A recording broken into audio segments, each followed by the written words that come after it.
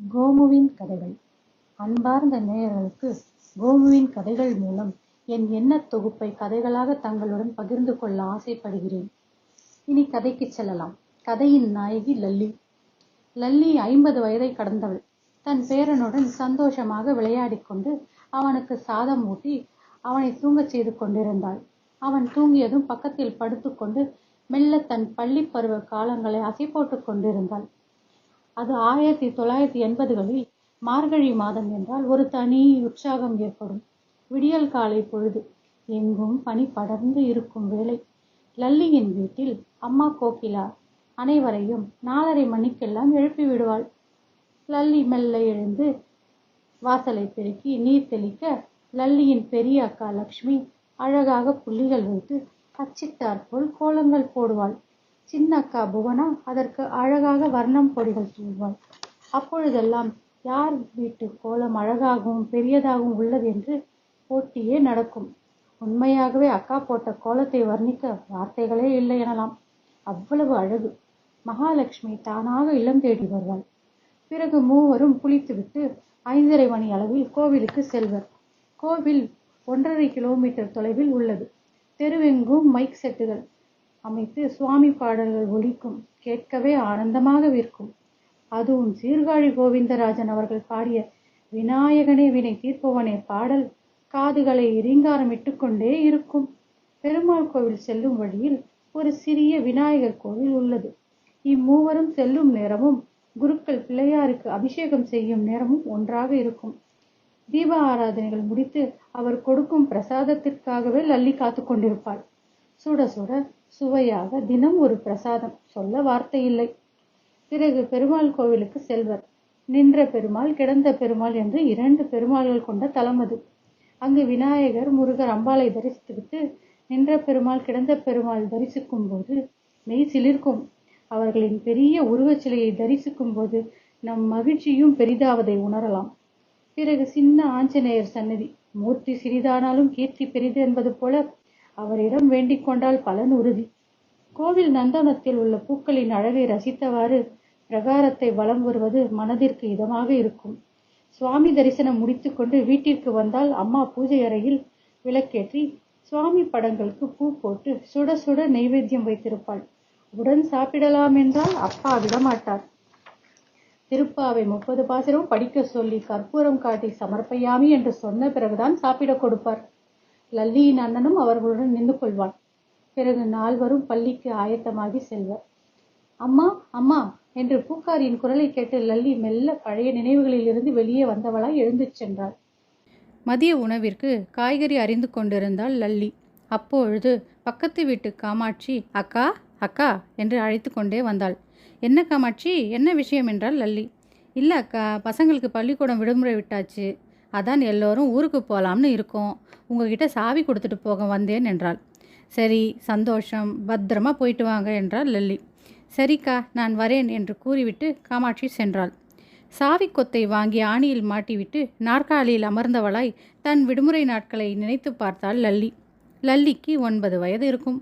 பள்ளி முழுவாண்டு தேர்வு முடிந்ததும் விடுமுறை ஆரம்பித்தது. வீட்டில் உள்ள பிள்ளைகள் 4 சந்தோஷம் பற்றி கொண்டது. ஏனென்றால் விடுமுறை என்றால் அனைவரும் தாத்தா பாட்டி ஊருக்கு செல்வது வழக்கம். அந்த காலத்தில் லெதர் பெட்டிகள் பெரியதாக இருக்கும். அதில் அம்மா அனைவரின் துணிமணிகளை மடக்கி வைத்து கொண்டிருந்தாள். பெரிய அக்கா லக்ஷ்மி தனக்கு பிடித்த கதை புத்தகங்களை எடுத்து வைத்து கொண்டாள். சின்னக்கா தனக்கு பிடித்த ஜெசி சொக்காவையும் கோல நோட்டையும் அம்மாவிடம் கொடுத்து பெட்டியில் வைக்க சொன்னாள்.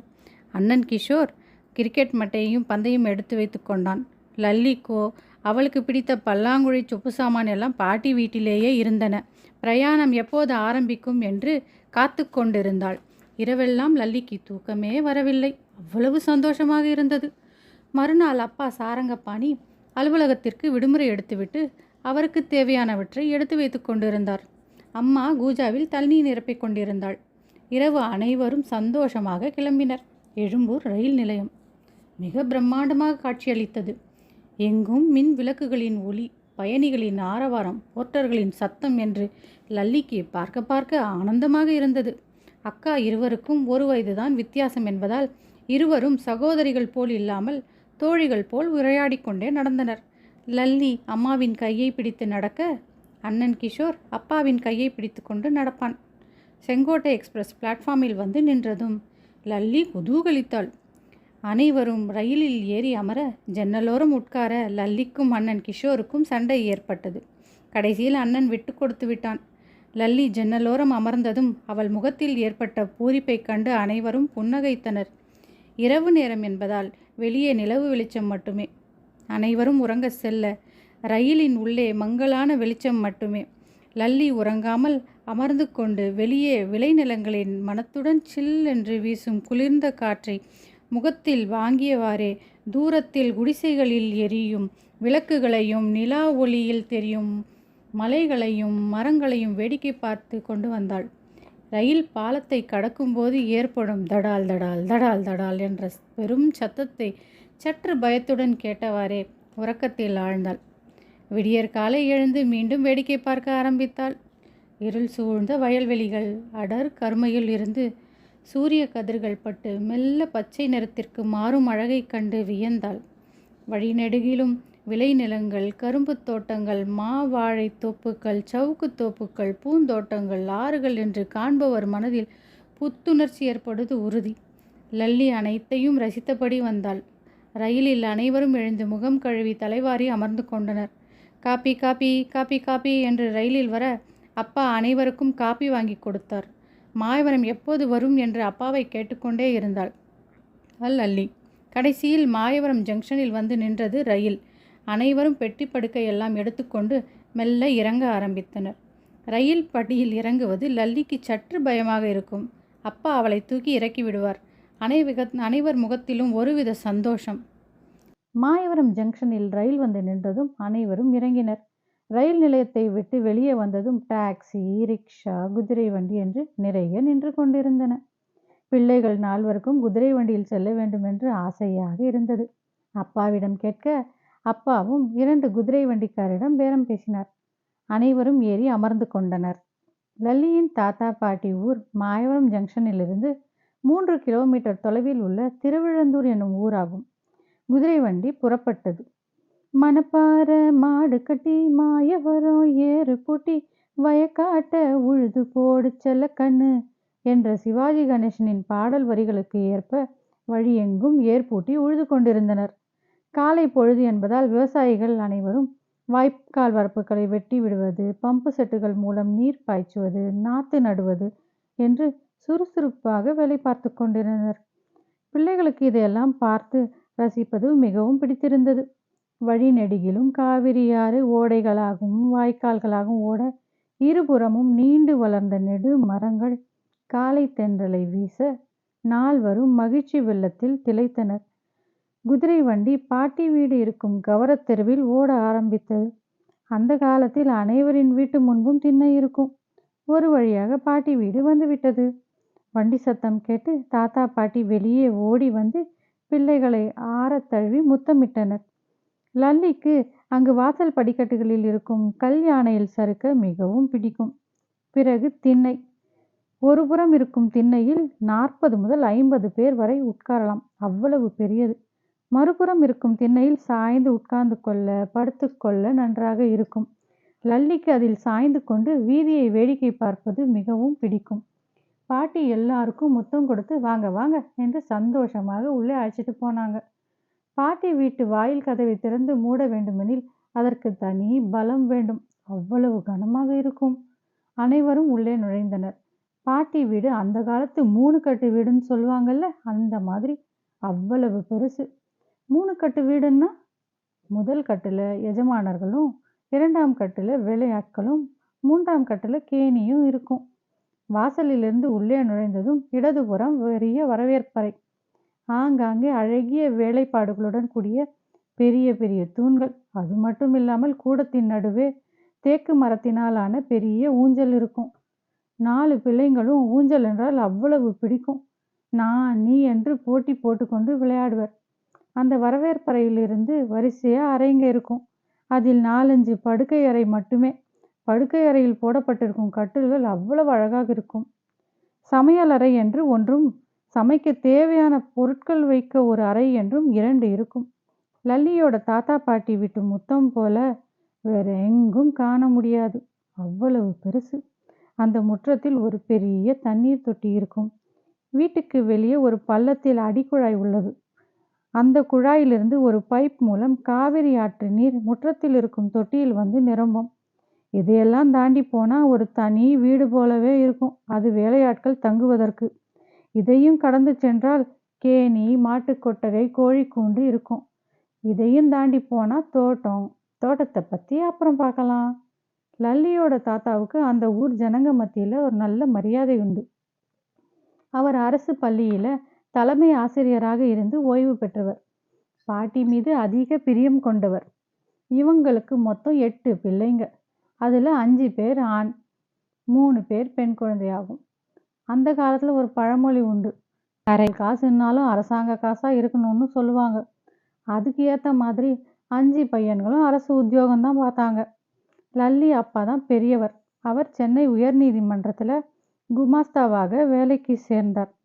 லல்லியோட தாத்தா பொண்ணுங்க 3 பேரையும் நல்ல இடத்துல கட்டி கொடுத்துட்டார். தாத்தா பாட்டி மட்டும்தான் இந்த வீட்டில் இருந்தாங்க.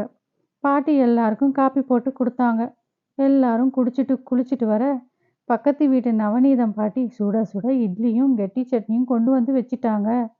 தினமுமே இட்லி தான் இருக்கும் அங்க. பாதி நாள் நவநீதம் பாட்டிக்கிட்ட வாங்கிப்பாங்க. அந்த காலத்து இட்லியோட ருசியே தனியா இருக்கும். குருவை அரிசியும் கருப்பு உளுந்தும் சேர்த்து செய்வாங்க. இப்போ எவ்வளவு காசு பணம் போட்டாலும் அந்த சுவை மனத்தோட இட்லி சட்னி கிடைக்கவே கிடைக்காது. பாட்டி எல்லோருக்கும் இட்லி சட்னி பரிமாற அனைவரும் திருப்தியாக சாப்பிட்டு முடிச்சாங்க. எல்லோரும் சேர்ந்து கோயிலுக்கு போலான்னு தயாரானாங்க. வீடு இருப்பது கவரத்தெரு, பக்கத்து தெரு ராஜா தெரு, அதுக்கு பக்கத்து தெருல தான் பெருமாள் கோவில். 108 திவ்ய தேசங்களில் ஒன்றான பரிமள ரங்கநாதர் கோவில். எல்லோரும் கிளம்பி கோவிலுக்கு வந்தாச்சு. கோவில் குளத்துல கை கால்களை கழுவினாங்க. சந்திரன் நீராடி சாபம் நீங்க பெற்றமையால் இந்த குளத்துக்கு சந்திர புஷ்கரணி என்ற பெயர் வந்தது. கோவிலோட அழகை ரசிச்சுக்கிட்டே கொடிமரத்தை தாண்டி உள்ளே போனாங்க. 2000 ஆண்டுகளுக்கு மேல பழமையான கோவில் அது. பஞ்சரங்க தலங்களில் ஒன்று. திருமங்கை ஆழ்வாரால மங்களாசாசனம் பெற்ற திருத்தலம் அது. காவிரியின் வடகரையில் அமைந்த தலம். எல்லோரும் மூலவரை தரிசனம் செஞ்சாங்க. வேத சக்கர விமானத்தின் கீழ் பரிமள ரங்கநாதர் சதுர்புஜங்களுடன் ஆதிசேஷன் மீது கிழக்கு முகமாக வீரசயன திருக்கோலத்தில் பச்சை மரகத மேனியோடு காட்சியளிக்க, பெருமாளின் கால்மாட்டில் ஸ்ரீதேவி கங்கையாகவும் தலைமாட்டில் பூதேவி காவிரியாகவும் காட்சியளிப்பது இத்தலத்தின் சிறப்பாகும். தாயாரின் பெயர் பரிமள ரங்கநாயகியாகும். பெருமாள் பிராட்டிகளின் அழகை கண்டு அம்மா கோகிலா கண் சிமிட்டாமல் மெய்மறந்து நின்று கொண்டிருந்தாள்.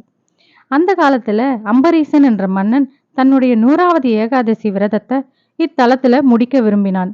ஆனால் தேவர்கள் மன்னன் 100வது ஏகாதசி விரதத்தை முடித்து விட்டா தேவலோக பதவியை பெற்று விடுவான் என்று பயத்துடன் துர்வாச மகரிஷியிடம் முறையிட்டனர். அதற்குள் மன்னன் ஏகாதசி விரதத்தை முடித்து விடுகிறான். ஏகாதசி விரதம் முடித்து விட்டாலும் துவாதசி நேரத்துக்குள்ள உணவு அருந்தினால தானே முழு பலன் கிடைக்கும். அதற்குள் துர்வாசர் அங்கு வர அவரையும் உணவருந்த அழைக்கிறான் மன்னன். சரிப்பா, நான் நீராடி விட்டு வருகிறேன் என்று கூறி தாமதமாக வர எண்ணுகிறார் துர்வாசர். அவர் வர தாமதமாகவே என்ன செய்வதென்று தெரியாமல் மன்னன் வேதியர்களிடம் ஆலோசனை கேட்க, அவர்கள் கூறியபடி உள்ளங்கையில் முழு அளவு தீர்த்தம் எடுத்து 3 முறை அருந்தி விரதத்தை முடித்தான்.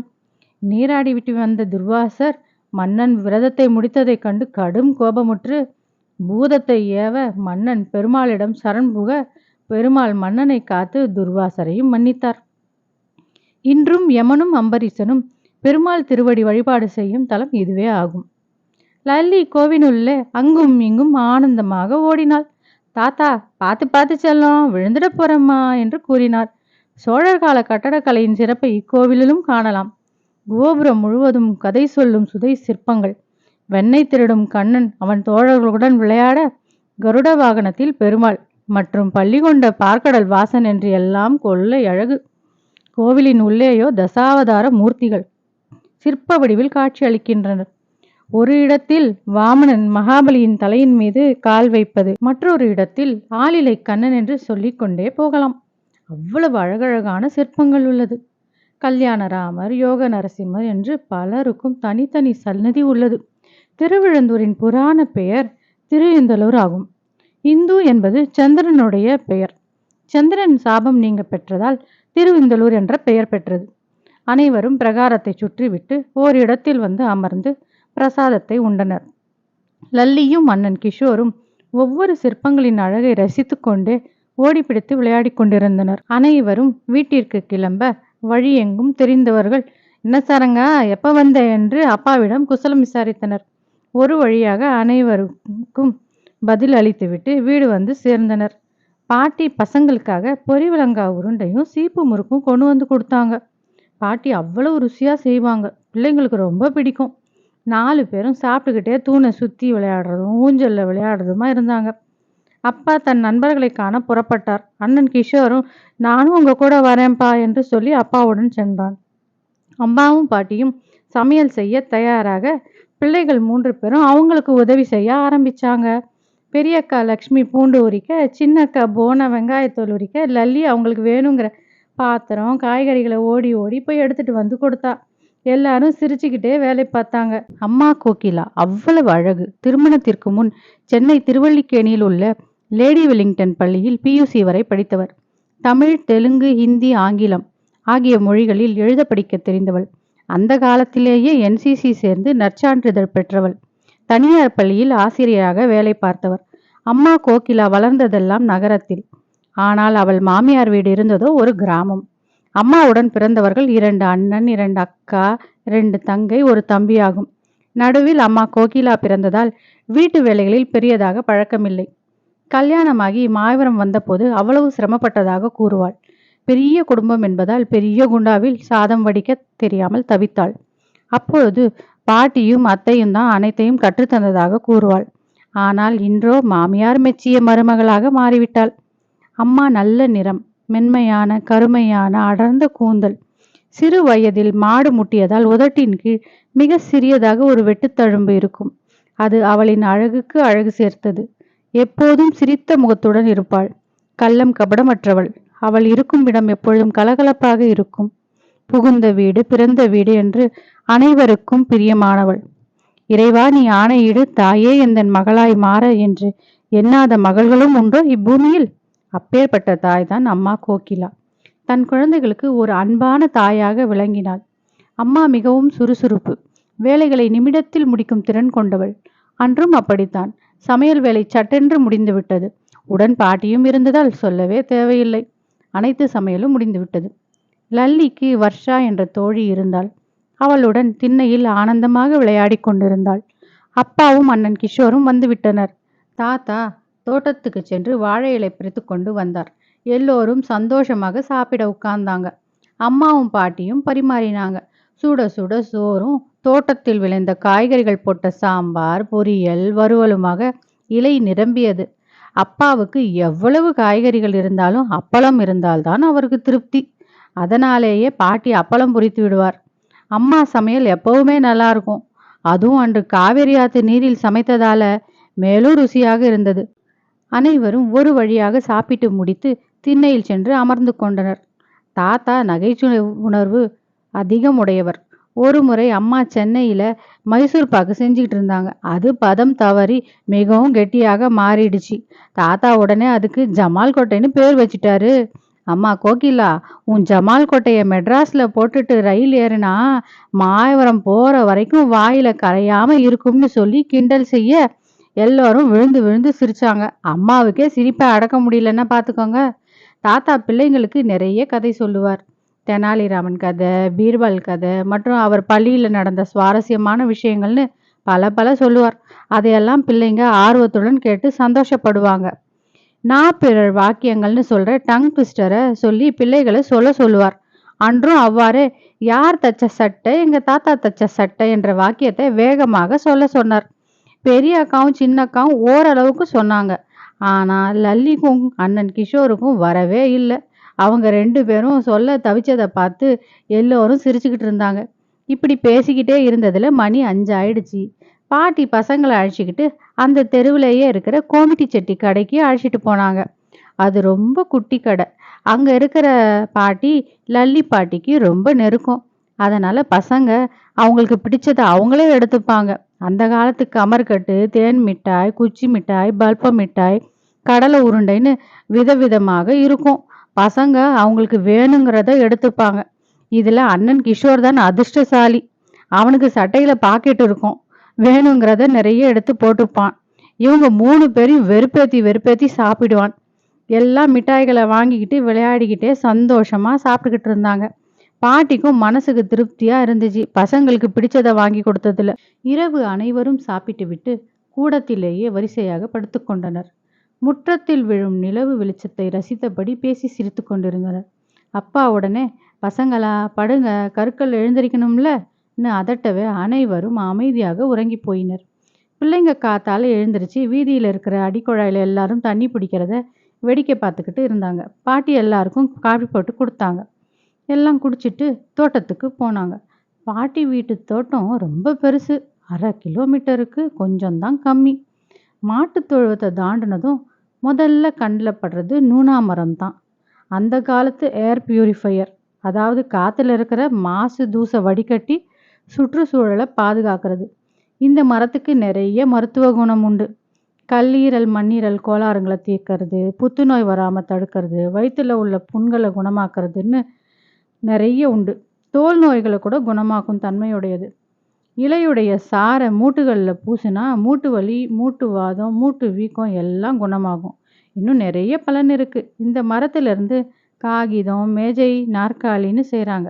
மற்றும் இந்த மரம் உறுதியாகவும் லேசாகவும் இருக்கிறதுனால அந்த காலத்தில் ஏர் செய்யறதுக்கும் இதை தான் பயன்படுத்தினாங்க. இதோட காய் பார்க்க ரொம்ப வித்தியாசமாக இருக்கும். பசங்க அந்த காயை பறித்து தென்னங்குச்சியில் சொருகி வீச யாருடைய காய் ரொம்ப தூரத்தில் போய் விழுதுன்னு போட்டி போட்டுக்கிட்டு விளையாடுவாங்க. பாட்டி தோட்டத்தை 4 பாகமாக பிரிச்சிருந்தாங்க.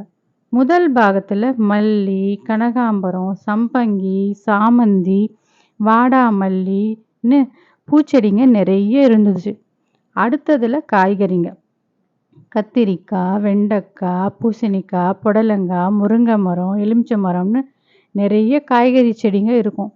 3வது பாகத்தில் வாழை மரம், கொய்யா, நார்த்தங்காய், இலந்த மரம்னு நிறைய வச்சுருந்தாங்க.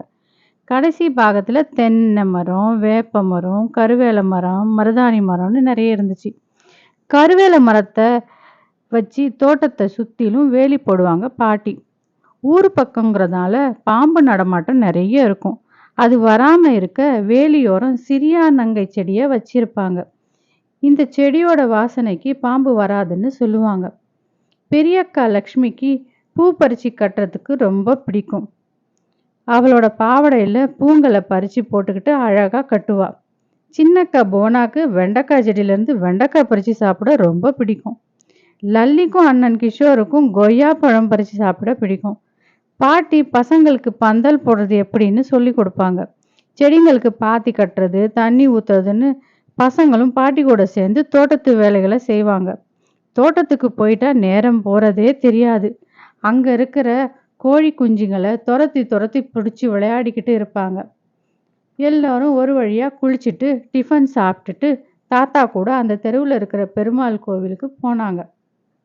அந்த தெருவிலேயே 2 கோவில் இருந்துச்சு. ஒன்று மாரியம்மன் கோவில், இன்னொன்று பெருமாள் கோவில். பெருமாள் கோவில் மிகவும் பழமையானதுன்னு சொல்லுவாங்க. ராஜா காலத்து சுரங்கப்பாதை அந்த கோவிலில் இருந்துச்சான். அந்த கோவிலை சுற்றி மல்லிப்பூ செடி புதர் போல வளர்ந்துருந்ததால் பெரிய பெரிய வண்டுகள் வர ஆரம்பிச்சதாம். அந்த வண்டு எல்லாம் அந்த சுரங்கப்பாதையில் தான் இருந்துச்சான். யாராவது சுரங்கப்பாதைக்குள்ளே போனால் அவ்வளவுதான் அவங்க நிலைமை. அதனால் ஊர் மக்கள் எல்லாம் சேர்ந்து அந்த சுரங்கப்பாதையை மூடிட்டதா சொல்லுவாங்க. அழகான கோவில். இன்னும் சில நாளில் திருவிழா நடக்க போகுதுன்னு தாத்தா சொன்னார்.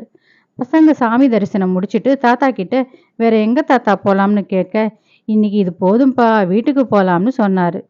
பசங்க முகம் மாறிடுச்சு. உடனே தாத்தா சரி வாங்கன்னு சொல்லி அந்த தெருவில் வளையல்காரங்க வீடு நிறைய இருந்துச்சு. அவங்க வீட்டுக்கு அழைச்சிட்டு போனார். விதவிதமான கண்ணாடி வளையல்களை பேத்திங்க 3 பேருக்கும் வாங்கி கொடுத்தார். 3 பேரும் சந்தோஷமா வளையலை போட்டுக்கிட்டு வெளியே வர அண்ணன் கிஷோர் மட்டும் மூஞ்சியை தூக்கி வச்சுக்கிட்டான். தாத்தா உடனே உனக்கு ஏதாவது வாங்கி தரேன்னு சொல்லி 2 வீடு தள்ளி மரசாமான் செய்கிறவங்க வீடு இருந்துச்சு. அவங்க புல்லாங்குழல் எல்லாம் நல்லா செய்வாங்க. ஒரு புல்லாங்குழல் வாங்கி கொடுத்தாரு தாத்தா. கிஷோருக்கு சந்தோஷம் தாளலை. வாசிக்க தெரியலன்னாலும் ஊதிக்கிட்டே இருந்தான். எல்லோரும் வீடு வந்து சேர அம்மா எல்லாருக்கும் நார்த்தங்காய் ஜூஸ் போட்டு கொடுத்தாங்க. அது அவ்வளவு நல்லா இருக்கும். அங்கே மண்பானை தண்ணி தான். அதில் வெட்டி வேர் நன்னாண்டி வேர்னு போட்டு வச்சுருப்பாங்க. அந்த தண்ணியில் நார்த்தங்காய் ஜூஸ் பிழிஞ்சு குடித்தது அந்த வெயிலுக்கு அவ்வளவு நல்லா இருந்துச்சு. கொஞ்ச நாளில் சித்தப்பாங்க அத்தைங்க எல்லாம் குடும்பத்தோட கோவில் திருவிழாக்கு வரப்போகிறதா அப்பா சொன்னார். பிள்ளைங்களுக்கு சந்தோஷம் தாளலை. ஏன்னா ஒரு பெரிய மழலை பட்டாலுமே சேர்ந்துடும். அப்பா அப்பா சாரங்கபாணி ரொம்ப நல்லவர். குட்டி கண்கள், மாநிறம், பூசிய மேனி, மெத்தை போன்று ரோஜா நிறத்தில் உள்ளங்கை கொண்டவர். அப்பா மிகவும் கண்டிப்பானவர். சிறு வயதிலேயே தந்தையின் பொறுப்புகளுக்கு தோள் கொடுத்தவர். அப்பா சாரங்கபாணி கிட்ட அவருடைய தம்பி தங்கைங்களுக்கு பயம் கலந்த மரியாதை உண்டு. யாரும் அவர் எதிரில் உட்காந்து பேசக்கூட பயப்படுவாங்க. தாத்தா பாட்டியே அப்பாவை பேர் சொல்லி கூப்பிட மாட்டாங்க. ஐயா பெரியவனே என்று தான் கூப்பிடுவாங்க. அப்பா பிள்ளைகள் மேலே அதிகம் பாசம் கொண்டவர். பிள்ளைகளுக்கு நிறைய நிபந்தனைகள் போட்டார். விடியற்காலை சூரிய உதயத்துக்கு முன்னாடி எழுந்திருக்கணும். எழுந்திரிச்சதும் படுக்கையை மடித்து வைக்கணும். குளிச்சுட்டு தான் சாப்பிடணும். சாப்பிடும்போது பேசக்கூடாது. சப்பு கொட்டி சாப்பிடக்கூடாது. தண்ணியை தூக்கி தான் குடிக்கணும். கடக்குன்னு எதையாவது கடித்து சாப்பிட்டா அப்பாவுக்கு கோபம் வரும். அப்பா பரவாயில்ல. அப்பாவோட 2வது தம்பிக்கு யாரும் முறுக்கு சீடையெல்லாம் கடித்து சாப்பிட்டா கோவத்தை மற்றவங்க மேலே காமிக்க மாட்டார். போய் நேராக செவத்தில் இடிச்சிப்பார். அப்பாவுக்கு தெய்வ பக்தி நிறைய உண்டு. அவருக்கு பிடிச்ச கடவுள் முருகர் தான். தினமும் குளிச்சுட்டு சூரிய நமஸ்காரம் பண்ணாமல் டிஃபன் சாப்பிடவே மாட்டார். பசங்களையும் நல்ல நாளில் விநாயகர் அகவல், கந்தசஷ்டி கவசம், திருப்பாவை, அபிராமி அந்தாதின்னு பாராயணம் செய்ய சொல்லுவார். பசங்களுக்கு பிடிச்ச தின்பண்டமாகட்டும், துணிமணி ஆகட்டும், விளையாட்டு சாமான் ஆகட்டும், அப்பாவை மாதிரி பார்த்து பார்த்து நல்லதாக வாங்கி கொடுக்குறவங்க யாருமே இருக்க மாட்டாங்க. அந்த காலத்தில் வீட்டுக்கு ஒரு ஆண் பிள்ளைய இராணுவத்தில் சேர்க்கணும்னு சொல்லுவாங்க. அதுக்கேற்ற மாதிரி அப்பாவோட 3வது தம்பி இராணுவத்தில் இருந்தார். அதனால் அந்த குடும்பத்தில் எல்லாருக்கும் நாட்டுப்பற்றும் இருந்து கர்வமும் பெருமையும் இருந்தது. சுதந்திர தின நாள் வந்துட்டா அப்பா பசங்களை அந்த காலத்து டிடி மெட்ரோவில் போடுற கொடியேற்றமும் பரேடும் பார்க்க சொல்லுவார். தேசப்பற்று மிகுந்த திரைப்படமும் போடுவாங்க. அதை கண்டிப்பாக பார்க்க சொல்லுவார். அதை பார்க்கும்போதே மெய் சிலிர்க்கும். பசங்க மனசில் நாட்டுப்பற்று வேறு ஊன்றதை பார்த்து ரசிப்பார். அப்பா கிட்ட அதிகமாக திட்டு வாங்குறது சின்னக்கா புவனாவும் அண்ணன் கிஷோரும் தான். 2 பேரும் எப்போ பார்த்தாலும் சண்டை போட்டுக்கிட்டே இருப்பாங்க. இதனால் பெரியக்கா லக்ஷ்மியும் லல்லியும் தப்பிச்சிடுவாங்க. அப்பா ஒரு பிரம்பு வச்சிருப்பார். ஆனால் இது வரைக்கும் யாரையும் அடித்ததில்லை. இதோ பிரம்பை எடுக்கிறேன்னு சொன்னாலே போதும், பசங்க அமைதியாயிடுவாங்க. லல்லி எல்லோருக்கும் செல்லம். அப்பா, அம்மா, அக்காங்க, அண்ணன், அத்தை, மாமா, சித்தப்பா, சித்திங்கன்னு லல்லியை எல்லாருக்கும் ரொம்ப பிடிக்கும். கடைசி சித்தப்பான்னா லல்லிக்கும் ரொம்ப பிடிக்கும், அவருக்கும் பிடிக்கும். சித்தப்பா அடிக்கடி சொல்லுவார், லல்லி நீ குழந்தையா இருக்கும்போது உங்கள் அம்மா வீட்டில் இருக்கிற வரைக்கும் அமைதியாக தொட்டிலில் தூங்குவ. அண்ணி அப்படி வெளியில் போயிட்டா போதும் உடனே எழுந்திருச்சு என்னை பாடா படுத்துவேன்னு சொல்லி சொல்லி சிரிப்பார். அப்பா லல்லியை செல்லமாக கடைக்குட்டின்னு தான் கூப்பிடுவார். அது லல்லிக்கும் ரொம்ப பிடிக்கும். அதே போல் லல்லிக்கு ஒரு 5 வயசில் மொட்டை அடித்தாங்க. அதிலிருந்து நல்லா வளர்கிற வரைக்கும் அண்ணன் கிஷோர் லல்லியை மொட்டைன்னு தான் கூப்பிடுவான். அதுவும் லல்லிக்கு பிடிச்சிருந்தது. அப்பாவுக்கு அம்மா கோகிலா மேலே அளவு கடந்த பிரியம் உண்டு. அம்மாவுக்கு பிடிச்சதை அப்பா வாங்கி கொடுத்து அவங்க சந்தோஷப்படுற அழகை பார்த்து ரசிப்பார். அப்பாவுக்கு சட்டுன்னு கோபம் வரும். அதை சமாளிக்கக்கூடிய ஒரே ஆள் யாருன்னா அம்மா தான். பசங்க விருப்பத்தை நிறைவேற்றுறதில்ல அப்பாவுக்கு நிகர் அப்பா தான். அன்னிக்கும் அப்படி தான். பசங்க ஆத்தங்கரைக்கு போகணும்னு ஆசைப்படவே அப்பா கயிறு துணிமணிகளை எடுத்துக்கிட்டு பசங்களை அழைச்சிக்கிட்டு கிளம்பிட்டாரு. ஆற்றுக்கு போகிற வழியில் ஒரு ஆஞ்சநேயர் கோயில் இருந்துச்சு. அந்த கோயிலில் தான் அந்த காலத்து ஒருதலை ராகம் படம் ஷூட்டிங் நடந்ததா அப்பா சொன்னார். அந்த கோயிலுக்கு பக்கத்திலேயே அம்பி ஐயர் காப்பி கடை இருந்துச்சு. தாத்தா தினமும் அங்கே வந்து தான் காப்பி குடிச்சிட்டு பேப்பர் வாங்கிட்டு வருவார். அந்த காலத்து ஹரிதாஸ் சிவகவி படத்தில் நடித்த எம்கேடின்னு சொல்கிற மாயவரம் கிருஷ்ணசாமி தியாகராஜ பாகவதர் கர்நாடகத்தில் சங்கீதத்தில் சிறந்து விளங்கியவர். அவர் பாடிய மன்மத லீலையை வென்றார் உண்டோ என்ற பாடல் இடம்பெற்ற ஹரிதாஸ் திரைப்படம் அந்த காலத்தில் சென்னை பிராட்வேல உள்ள திரையரங்கில் 3 தீபாவளிங்களை கடந்து ஓடியதுன்னு சொல்லுவாங்க. எம்கேடி மாயவரத்தை சேர்ந்தவர். இன்னும் சினிமா துறையில நிறைய பிரபலங்கள் மாயவரத்துல இருந்து வந்தவங்கன்னு அப்பா சொன்னாரு. அப்பாவுக்கு சுவாரஸ்யமான விஷயங்களை பசங்க கிட்ட சொல்றது ரொம்ப பிடிக்கும். அடர்ந்து வளர்ந்த மரங்கள் இருக்கும் வழியில ராத்திரி நேரத்துல அப்பா தனியா வந்துகிட்டு இருக்கும்போது ஜல் ஜல்னு சத்தத்தோட பின்னாடி மோகினி பேசிக்கிட்டே வந்ததாகவும் அவரும் பயப்படாம பதில் சொல்லிக்கிட்டு வந்ததாகவும் பாதி தூரம் வந்ததும் அது மறைஞ்சு போச்சுன்னு சொன்னாரு. இதுவரைக்கும் பசங்களுக்கு அது நிஜமா பொய்யான்னு தெரியாது. பசங்க எதுக்கும் பயப்படக்கூடாதுன்னு அடிக்கடி சொல்லுவாரு. அப்பாவுக்கு கைரேகை பார்த்து பலன் சொல்ல நல்லா தெரியும். ஆனா தெரிஞ்சவங்களுக்கும் அதுவும் அவங்க கேட்டாதான் சொல்வார். அப்பாவுக்கு தெரியாத விஷயம்னு ஒண்ணு இருக்கான்னு நினைக்கிற அளவுக்கு அறிவு களஞ்சியமா திகழ்ந்தார். அப்பா கிட்ட யார் உதவின்னு வந்து கேட்டாலும் மறுக்காம செய்கிறவர். அதுவும் வயதுல பெரியவங்கன்னா வலிய சென்று உதவுபவர். அப்பாவை பத்தி சொல்லணும்னா சொல்லிக்கிட்டே போகலாம், நேரம் போவதே தெரியாது. அப்பா சாரங்கபாணி பசங்களை ஆத்தங்கரைக்கு அழைச்சிட்டு போனாரு. 4 பேர் இடுப்புலையும் கயிறு கட்டி அந்த கயித்தை கரையோரம் இருக்கிற மரத்துல கட்டிடுவார். பிள்ளைங்க 4 பேரும் சந்தோஷமா தண்ணியில ஆட்டம் போட்டுட்டு இருப்பாங்க. அப்பாவுக்கு நல்லா நீச்சல் அடிக்க தெரியும். அவரும் பசங்களோட சேர்ந்துக்கிட்டு ஆத்துல இறங்கிடுவார். ஒவ்வொருத்தருக்கும் நீச்சல் எப்படி அடிக்கணும்னு சொல்லி கொடுப்பார். அண்ணன் கிஷோர் பக்கத்துல பாறை மாதிரி இருக்கிற ஒரு கல்லு மேல ஏறி நின்றுக்கிட்டு தண்ணியில குதிப்பான். லல்லிக்கு பார்க்கும்போது ஆசையா இருக்கும். ஆனா கொஞ்சம் பயமாக இருக்கிறதால கம்முன்னு இருந்துடுவா. அக்காங்க 2 பேரும் ஒருத்தர் மேல ஒருத்தர் தண்ணியை அடிச்சுக்கிட்டு சிரிச்சுக்கிட்டு விளையாடிட்டு இருப்பாங்க. அது நல்ல வெயில் காலங்கிறதால பசங்களுக்கு தண்ணியை விட்டு வெளியில வரவே மனசு இருக்காது. அப்பாவும் பசங்க இஷ்டத்துக்கு விளையாட விட்டுட்டு அவர் கரையில உட்காந்துக்கிட்டு கண்காணிச்சுக்கிட்டு இருப்பார். லல்லி ஆத்து மணல்ல வீடு கட்டி விளையாடுறதும் மறுபடியும் தண்ணியில போய் விளையாடுறதுமா இருந்தா. பசங்க சந்தோஷத்தோட வேணுங்கிற வரைக்கும் விளையாடிட்டு அப்புறமா வந்துட்டாங்க. ரொம்ப நேரம் ஆத்துல விளையாடினதுனால பசங்களுக்கு பசி வந்துருச்சு. அப்பா கிட்ட சொல்ல அப்பாவும் மணிகூண்டுக்கு பக்கத்துல இருக்கிற காளியாங்குடி ஹோட்டலுக்கு அழைச்சிட்டு போனாரு. மாயவரத்துல காளியாங்குடி ஹோட்டல் ரொம்ப பிரபலம். அங்க கிடைக்கிற உணவின் ருசி வேற எங்கேயும் இருக்காது. அப்பா பசங்க கிட்ட எல்லாருக்கும் என்ன வேணும்னு கேட்க ஒவ்வொருத்தர் ஒன்னொன்னு சொன்னாங்க. ஆனா லல்லி மட்டும் இட்லி தான் வேணும்னு கேட்டா. காளியாங்குடி ஹோட்டல் மாத்திரம் இல்லை, எந்த ஹோட்டலுக்கு போனாலும் இட்லி தான் கேட்பா. ஏன்னா அவளுக்கு ஹோட்டல் சாம்பார்னா ரொம்ப பிடிக்கும். சாம்பார் அப்படியே குடிச்சிடுவான்னா பார்த்துக்கோங்களேன். எல்லாரும் வயிறு முட்டை சாப்பிட்டுட்டு சந்தோஷமா வீட்டுக்கு போனாங்க. வீட்டுக்கு போனதும் பெரியக்கா லக்ஷ்மி கதை புக்கை எடுத்துக்கிட்டு ஊஞ்சல்ல உட்காந்துட்டு படிக்க ஆரம்பிச்சிட்டா. சின்னக்கா போனாவோ கோல நோட்டில் கோலம் போட ஆரம்பிச்சிட்டா. அண்ணன் கிஷோர் அவனுடைய நண்பர்களோட கிரிக்கெட் விளையாட போயிட்டான். லல்லி வர்ஷா கூட சேர்ந்து சுப்பு விளையாட திண்ணைக்கு போனான். அங்கே பாட்டி வந்தாங்க. பாட்டி ஜானகி ரொம்ப கண்டிப்பானவங்க. ஆனால் அவங்களோட வீட்டுக்கு அவங்க ஒரே பொண்ணு, அதனால ரொம்ப செல்லமாக வளர்ந்தவங்க. நிறைய சொத்துக்களுக்கு சொந்தக்காரி.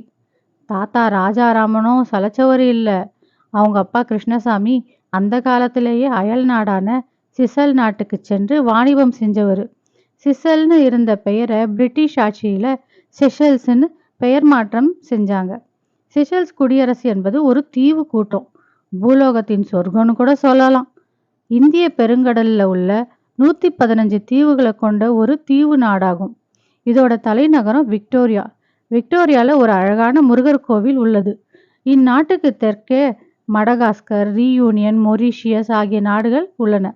சிஷல்ஸ் ஆப்பிரிக்க கண்டத்தில் உள்ள மிக குறைந்த மக்கள் தொகையை கொண்ட நாடாகும். இயற்கை அழகு கொட்டி கிடக்கும் நாடாகும். பறந்து விரிந்த கடற்கரையின் அழகு காண காண திகட்டாது.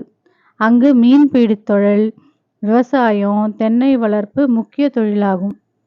எங்கும் பசுமை நிறைந்திருக்கும் நாடாகும். பெரிய பெரிய ஆமைகளை இங்கு மட்டுமே காண முடியும். தாத்தாவோட அப்பா வாணிபத்துக்காக அங்க அடிக்கடி போவாரு. அவர் கூட தாத்தாவும் போவார். அங்க நிறைய நிலப்புலங்கள் வாங்கி போட்டுட்டு குத்தகைக்கு விட்டுட்டு வருவார். அந்த காலத்திலேயே அயல் நாட்டுல விளைநிலங்களை வச்சிருந்தவங்க யாருன்னா லல்லியோட தாத்தா குடும்பம் தான். தாத்தாவும் பாட்டியும் செல்வ செழிப்புல வளர்ந்தவங்கன்னு சொன்னா மிகையாகாது. பாட்டி லல்லிக்கு அவங்க விளையாடுன்னு சொல்லி ஒரு பெரிய கூடை நிறைய சொப்பு சாமான் கொடுத்தாங்க. அதில் மரப்பாச்சி பொம்மையில் ஆரம்பித்து பித்தளை, இரும்பு, மாவுக்கல்லுன்னு எல்லாத்துலேயும் விதவிதமாக சொப்புங்க இருந்துச்சு. இரும்புலேயே குட்டி கடாயி, பித்தளை கரண்டிங்க, மாவுக்கல் அடுப்பு, பித்தளை கிண்ணங்கன்னு பார்க்கவே குட்டி குட்டியாக அழகாக இருந்துச்சு. லல்லிக்கு சந்தோஷம் தாளலை.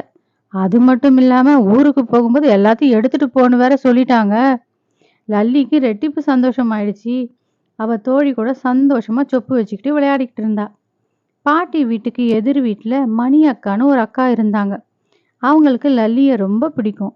லல்லியை கூப்பிட்டு வச்சுக்கிட்டு அவகிட்ட ஆசையாக பேசிக்கிட்டு இருப்பாங்க. லல்லிக்கும் அவங்க வீட்டுக்கு போக ரொம்ப பிடிக்கும். ஏன்னா அவங்க வீட்டு தோட்டத்தில் பம்பளி மாஸ் மரங்க இருக்குது. பம்பளி மாஸ் பழம் பார்க்குறதுக்கு சாத்துக்குடி போல் சின்ன கிர்னி பழம் சைஸில் இருக்கும். கையால் பறிக்கிற உயரத்துலேயே காய்ச்சி இருக்கும். அதில் நிறைய மருத்துவ பண்புகள் இருக்குது. இதில் வைட்டமின் சி, பொட்டாசியம், கால்சியம், நார்ச்சத்துன்னு எல்லாம் அதிகமாக இருக்குது. பொட்டாசியம் உங்கள் தசைகள் மற்ற நரம்புகளை ஆரோக்கியமாக வச்சுக்கிட்டு இருக்கும். இரத்த அழுத்தத்தை கட்டுக்குள்ளே வைக்க உதவுது. கால்சியம் குறைபாடு உள்ளவங்களுக்கு அவங்களின் தேவையை பூர்த்தி செய்யுது. சளி, இருமல் போன்றவற்றுக்கு நல்ல மருந்தாக இருக்கிறது. நோய் எதிர்ப்பு சக்தியை அதிகப்படுத்துது. மாலைக்கண் நோயாளிகளுக்கு நல்ல மருந்தாக பயன்படுது. இப்பழம் உடல் சூட்டை தணிக்குது. இதய நோயாளிகளுக்கு நன்மை பயக்கும் பழமாகவும் இருக்குது. இதை பார்க்குறதுக்கு பெரிய சைஸ் சாத்துக்குடி போல இருந்தாலும் உள்ள சுளைகள் எல்லாம் இளஞ்சிவப்பு நிறத்தில் இருக்கும். புளிப்பும் இனிப்பும் கலந்த சுவை. பாட்டி இந்த சுளையில் இருக்கிற தோலை எடுத்துட்டு உதிர்த்து போட்டு சர்க்கரை கலந்து கொடுப்பாங்க. சாப்பிட ரொம்ப நல்லா இருக்கும். எல்லாத்த விட இந்த பழத்தை வச்சு அப்பா தராசு பண்ணி கொடுப்பாரு. அது லல்லிக்கு ரொம்ப பிடிக்கும். அன்னைக்கும் மணியக்கா கூட விளையாடிட்டு வரும்போது ஒரு பெரிய பம்பளி மாசை வீட்டுக்கு எடுத்துட்டு வந்தா லல்லி. அம்மா சிரிச்சுக்கிட்டே, இன்னைக்கும் வாங்கிட்டு வந்துட்டியான்னு சொல்லி செல்லமா லல்லியோட கன்னத்தை கிள்ளுனாங்க. பாட்டி சாயங்காலம் சாப்பிட்றதுக்கு பச்சை பயிறு சுண்டல் செஞ்சு கொடுத்தாங்க. கிராமத்து பயிருன்றதுனால குட்டி குட்டியாக தான் இருக்கும். ஆனால் அதோட ருசி அவ்வளவு நல்லா இருக்கும். எல்லாரும் சாப்பிட்டுக்கிட்டு இருக்கும்போதே மாயவரத்துக்கு பக்கத்துலேயே இருக்கிற 2வது சித்தப்பாவும் கடைசி அத்தையும் குடும்பத்தோடு வந்தாங்க. அவங்க 2 பேருக்குமே 2 பையன், ஒரு பொண்ணு. இந்த சித்தப்பாக்கு தான் கடக்குன்னு சாப்பிட்டா டென்ஷன் ஆகிடுவார். அவங்க பசங்களில் ஒரு பொண்ணை தவிர்த்து மற்றவங்க எல்லாம் லல்லியை விட சின்ன பசங்க. இவங்களுக்கெல்லாம் அக்கா லல்லி தான். கடைசி அத்தைங்கிறதுனால அவங்களுக்கு வயசு கம்மி தான். அதனால் அக்கா லக்ஷ்மி அவங்கள அத்தைன்னு கூப்பிடாம அக்கா அக்கான்னு தான் கூப்பிடுவா. அவளை பார்த்து மற்ற 3 பேரும் கூட அக்கான்னு தான் கூப்பிடுவாங்க. அவங்க பேர் ரமா அக்கா. ரமா அக்கா ரொம்ப ஜாலி டைப். பசங்க கூட சேர்ந்து ரொம்ப ஜாலியாக விளையாடுவாங்க. மாமாவை மல்லியம் மாமான்னு தான் கூப்பிடுவாங்க. அவர் ஊர் மல்லியம்ங்கிறதுனால அப்படி கூப்பிடுவாங்க. அவர் பேசுகிற தமிழும் அந்த வாஞ்சையும் பசங்களுக்கு ரொம்ப பிடிக்கும். வீடு திருவிழா களை கட்ட ஆரம்பிச்சிருச்சு. பெரிய அத்தைங்க 2 பேருக்குமே 2 பையன்க, ஒரு பொண்ணு தான். ஒரு அத்தை சென்னையிலையும் இன்னொரு அத்தை மதுக்கூர்லேயும் இருந்தாங்க. 2வது அத்தை பேர் இந்திரா. அவங்க அவ்வளவு நல்ல நிறமாக இருப்பாங்க. எப்பையும் சிரிச்ச மூஞ்சி. அந்த மாமாவையும் மதுக்கூர் மாமான்னு தான் கூப்பிடுவாங்க. அவங்க பொண்ணு பேர் வீணா. லல்லிக்கு நெருங்கின தோழி. அவங்களும் வந்து இறங்கிட்டாங்க. லல்லிக்கு சந்தோஷம் தாளலை. வீணாவும் லல்லியும் சேர்ந்தா வீடு ஒரு வழி ஆயிடும். அவ்வளவு வாளுங்க 2ம். இரவு பெருமாள் கோயிலிருந்து சுவாமி புறப்பாடு வரப்போகிறதா சொல்லிக்கிட்டு இருந்தாங்க. அதனால் எல்லாரோடைய வீட்டு வாசல்லையும் பெரிய பெரிய கோலம் போட்டு வச்சுருந்தாங்க. 8 மணிக்கெல்லாம் அடங்கி போகிற தெருங்க அது. இன்னைக்கு தீப்பந்தங்களோட வெளிச்சத்தில் பிரகாசமாக இருந்துச்சு. வான வேடிக்கையோட சுவாமி உலாவும் வர ஆரம்பிச்சாச்சு. எல்லாரும் அவங்க வீட்டுக்கு முன்னாடி சுவாமி வரும்போது அவருக்கு பூ சாற்றி தேங்காய் உடைத்து கற்பூரம் காட்டி கடவுளோட ஆசையை பெற்றாங்க. லல்லி வீட்லேயும் ஒரு பெரிய கூட்டமே நின்றுக்கிட்டு இருந்துச்சு. சுவாமி வெகு நேரம் அருள் பாலித்தார் அவங்களுக்கு. தீப்பந்தங்களின் ஒளியில தங்க ஆபரணங்களுடன் ஸ்ரீதேவி பூதேவியுடன் அருள் பாலித்த பெருமாளின் திருவுருவம் தகதகவென்று பொன் சிலையா மின்னுச்சு. நிஜமாகவே அவருடைய அழகை காண கண்கோடி நிச்சயம் வேண்டும். சுவாமியின் வீதி உலா முடிந்ததும் எல்லோரும் இரவு உணவை சாப்பிட்டுட்டு விடியற்கால கோயில் விழாவுக்கு செல்லணுன்றதுனால உறங்க சென்று விட்டனர். காத்தால மீதி இருந்த சித்தப்பாங்களும் அத்தையும் வந்துட்டாங்க. அதுல மிலிட்ரி சித்தப்பாவை பார்த்ததும் பசங்களுக்கெல்லாம் குஷி தாளலை. ஏன்னா அவர் விதவிதமான கதை சொல்லுவார். அதுலேயும் முக்கியமாக இராணுவத்தில் நடக்கிற விஷயத்தை பற்றியும் நகைச்சுவை உணர்வோடையும் சுவாரஸ்யத்தோடையும் சொல்லுவார். அவர் வந்தாலே பசங்க அவரை சுற்றி உட்காந்துடுவாங்க. இந்த காலத்து டிவி எல்லாம் அவர்கிட்ட தோத்து போயிடும். போர்னு வந்துட்டா துப்பாக்கி எடுத்து படபட படன்னு சுடுவோம்னு அவர் செய்கையில் காமிக்கும்போது நல்லா இருக்கும். கோயிலுக்கு போக நேரமாகவே எல்லாரும் கிளம்பிக்கிட்டு இருந்தாங்க. இன்னைக்கு மதிய உணவு ஒவ்வொருத்தர் வீட்டில இருந்தும் பல வகையான உணவுகள் கோயிலுக்கு வந்துட்டு எல்லாரும் சமபந்தி போஜனம் சாப்பிடுவாங்க. அதுக்காக வீட்டில் பாட்டி, அம்மா, அத்தைங்க, சித்தி எல்லாம் சமையலை செய்ய ஆரம்பிச்சிட்டாங்க. மற்றவங்க எல்லாம் கோயிலுக்கு கிளம்பியாச்சு. கோயிலில் தேரோட்டம் ஆரம்பிக்க இன்னும் கொஞ்ச நேரம்தான் இருந்துச்சு. தாத்தா கோயிலோட முக்கிய பிரமுகர்ன்றதுனால அவருக்கு முதல் மரியாதை கொடுத்தாங்க. அப்பா, சித்தப்பாங்க எல்லாம் சேர்ந்து தேர் இழுக்க தயாரானாங்க. லல்லி வீட்டு குடும்பமே பாதி ஊருக்கு சமமா இருந்துச்சு. பசங்கள்ல இருந்து பெரியவங்க வரைக்கும் எல்லாம் ஒண்ணா சேர்ந்து தேரை இழுத்தாங்க. அந்த காலத்துல ஒரு பழமொழி சொல்லுவாங்கல்ல, ஊர் கூடி தேர் இழுத்தா நகரும்னு. அது எதுக்கு சொன்னாங்கன்னு இப்பதான் புரியுது. அவ்வளவு பெரிய தேரை ஊர் கூடி இழுத்தா மட்டும்தான் நகர்த்த முடியும். எல்லாரும் கோவிந்தா கோவிந்தான்னு சொல்லி வடத்தை பிடிச்சு இழுக்க தேர் மெல்ல நகர்ந்தது. சுவாமி நாமங்களை சந்தோஷமா கோஷம் போட்டுக்கிட்டே தேரை இழுத்தாங்க. தேரோட்டம் இனிதே முடிஞ்சது. அங்கங்கே மண்பானையில மோர் வச்சுக்கிட்டு எல்லாருக்கும் கொடுத்துக்கிட்டு இருந்தாங்க. அம்மா, பாட்டி எல்லாம் கூட வந்துட்டாங்க. எல்லாம் சேர்ந்து சுவாமி தரிசனத்தை முடிச்சிட்டு சமபந்தி போஜனத்துக்கு போனாங்க. ஊர்க்காரங்க கூட சேர்ந்து அப்பாவும் சித்தப்பாங்களும் கூட பரிமாற ஆரம்பிச்சிட்டாங்க. எல்லோரும் சாப்பிட்டுட்டு வீட்டுக்கு ஓய்வெடுக்கிறதுக்காக வந்தாங்க. ஏன்னா சாயங்காலம் மறுபடியும் கோயிலுக்கு போகணும். சர்வ அலங்காரத்தோட பெருமாள் ஊர்வலம் நடக்க போகுது. பசங்களுக்கு சாயங்காலம் எப்போ ஆகும்னு இருந்துச்சு. ஏன்னா அங்கே ரங்கராட்டனம், பொம்மைங்க, விதவிதமான விளையாட்டு சாமான்கள்னு நிறைய கடைகள் போட்டிருப்பாங்க.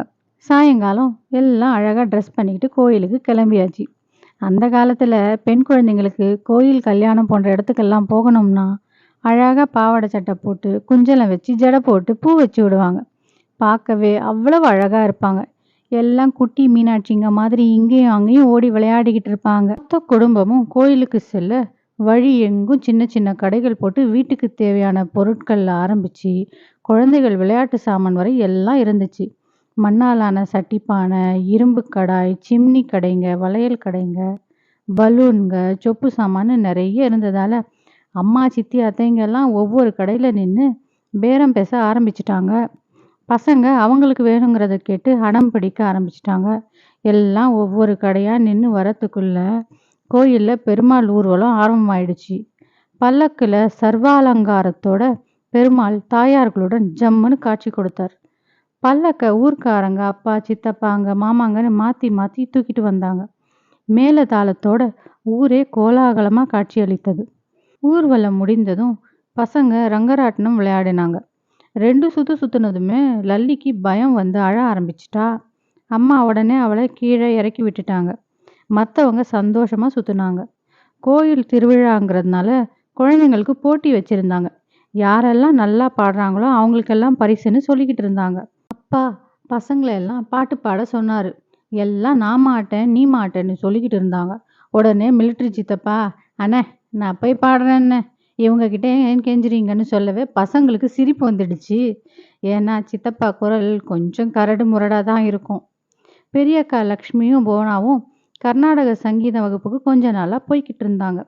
அதனால் அவங்க 2 பேரும் சேர்ந்து நீயே கதி ஈஸ்வரி சிவகாமி தயா சாகரின்னு அழகாக பாட்டு பாட ஊர் ஜனங்க எல்லாம் பசங்களை உற்சாகப்படுத்தி கை தட்டினாங்க. இவங்கள பார்த்து அண்ணன் கிஷோரும் சினிமா பாட்டான முதல் முதல் ராக தீபம் ஏற்றும் நேரம் புயல் மழையோன்னு பிஞ்சு குரல்ல பாட எல்லோரும் சந்தோஷத்துல கை தட்டி பரிசும் கொடுத்துட்டாங்க. பரிசு வாங்க அண்ணன் கூட லல்லியும் போய் நின்றுக்கிட்டா. பாசமலர்னா சிவாஜி சாவித்திரி மட்டும் இல்லைங்க, நிஜ வாழ்க்கையிலையும் நிறைய பேர் இருக்காங்க. என்ன அண்ணா தங்கச்சின்னு 10 வாட்டி கூப்பிட்டுக்கிட்டு இருக்க மாட்டாங்க. அப்படிப்பட்ட அண்ணன் தங்கச்சி தான் லல்லியும் கிஷோரும். கிஷோர் எங்கே போனாலும் லல்லியை கூட்டிகிட்டு போகணும், இல்லைன்னா அழுது ஆர்ப்பாட்டம் பண்ணுவா. அதனால் கிஷோரும் எல்லா இடத்துக்கும் அழைச்சிட்டு போவான். அவன் ஃப்ரெண்ட்ஸ் கூட கிரிக்கெட் விளையாட போனாலும் கூடவே போய் அவங்க கூட விளையாடுவா. அண்ணனுக்கு அப்பா பிஎஸ்எஸ் சைக்கிள் வாங்கி கொடுத்தாரு. அண்ணனும் தங்கச்சியும் சேர்ந்து சென்னையில் சுத்தாத இடம்னா அது ரொம்ப கம்மி தான். அன்னிக்கும் பரிசு வாங்க கூடவே போய் நின்றுக்கிட்டா. ஒரு பூ போட்ட அழகான ட்ரே பரிசாக கொடுத்தாங்க. அக்காங்களுக்கு ஸ்டீல் ஜக்கு பரிசாக கொடுத்தாங்க. எல்லாருக்கும் சந்தோஷம் தாளலை. இந்த சந்தோஷத்தோடவே நாளை மறுநாள் எல்லாரும் ஊருக்கு கிளம்புறதா அப்பா சொல்லிக்கிட்டு இருந்தார். பசங்களுக்கு வருத்தம் ஆயிடுச்சு. சரி சரி விடுங்க, நாளைக்கு எல்லாம் மயூரநாதர் கோயிலுக்கு போயிட்டு தரங்கம்பாடி கோட்டைக்கு போகலாம்னு சொல்ல பசங்களுக்கு சந்தோஷமாயிடுச்சு. அப்பா எப்போ ஊருக்கு வந்தாலும் மயூரநாதர் கோயிலை பார்க்காம வரமாட்டார். இப்படி பேசிக்கிட்டு இருக்கும்போதே ரமா அத்தையும் மல்லிய மாமாவும் அவங்க வீட்டுக்கு வர சொன்னாங்க. அக்கா லக்ஷ்மிக்கும் லல்லிக்கும் அவங்க வீட்டுக்கு போகிறதுக்கு ரொம்ப பிடிக்கும். ஏன்னா அவங்க வீடு 3 கட்டு வீடு தான். ஆனால் பாட்டி வீடு அளவுக்கு பெருசு இல்லை. அதுவும் நல்லா இருக்கும். முக்கியமாக அவங்க வீட்டுக்கு பின்னாடி காவிரி வாய்க்காலாக ஓடுது. அதனால் பசங்களுக்கு அங்கே போக ரொம்ப பிடிக்கும். மாமாவுக்கு விவசாயம்தான் தொழில். அவர் அந்த ஊரோட மிராசுதார். பசங்க அங்கே போயிட்டா வாழைத்தோப்பு, மாந்தோப்பு, தென்னந்தோப்புன்னு சுற்றிக்கிட்டு பம்பு செட்டில் குளிச்சுக்கிட்டு அமக்களம் பண்ணாமல் வரமாட்டாங்க. ஆனால் இந்த தடவை நேரம் இல்லாததால் அப்பா அடுத்த முறை வரதா சொல்லிட்டார். எல்லாரும் சந்தோஷமாக பேசிக்கிட்டே தூங்கிட்டாங்க. காலையில் மயூரநாதர் கோயிலுக்கு போயிட்டு தரங்கம்பாடி கோட்டைக்கு போகிறதால அம்மா பாட்டி எல்லாம் புளி சாதம், தயிர் சாதம், உருளைக்கிழங்குன்னு செஞ்சு கட்டி எடுத்துக்கிட்டாங்க. கோட்டையில் உட்காந்து சாப்பிட்றதுக்கு தான். வீட்டிலிருந்து 4-5 ரிக்ஷாக்கள் மயூரநாதர் கோயிலை நோக்கி பறந்தது. மிக பிரம்மாண்டமான பழமை வாய்ந்த கோயில்.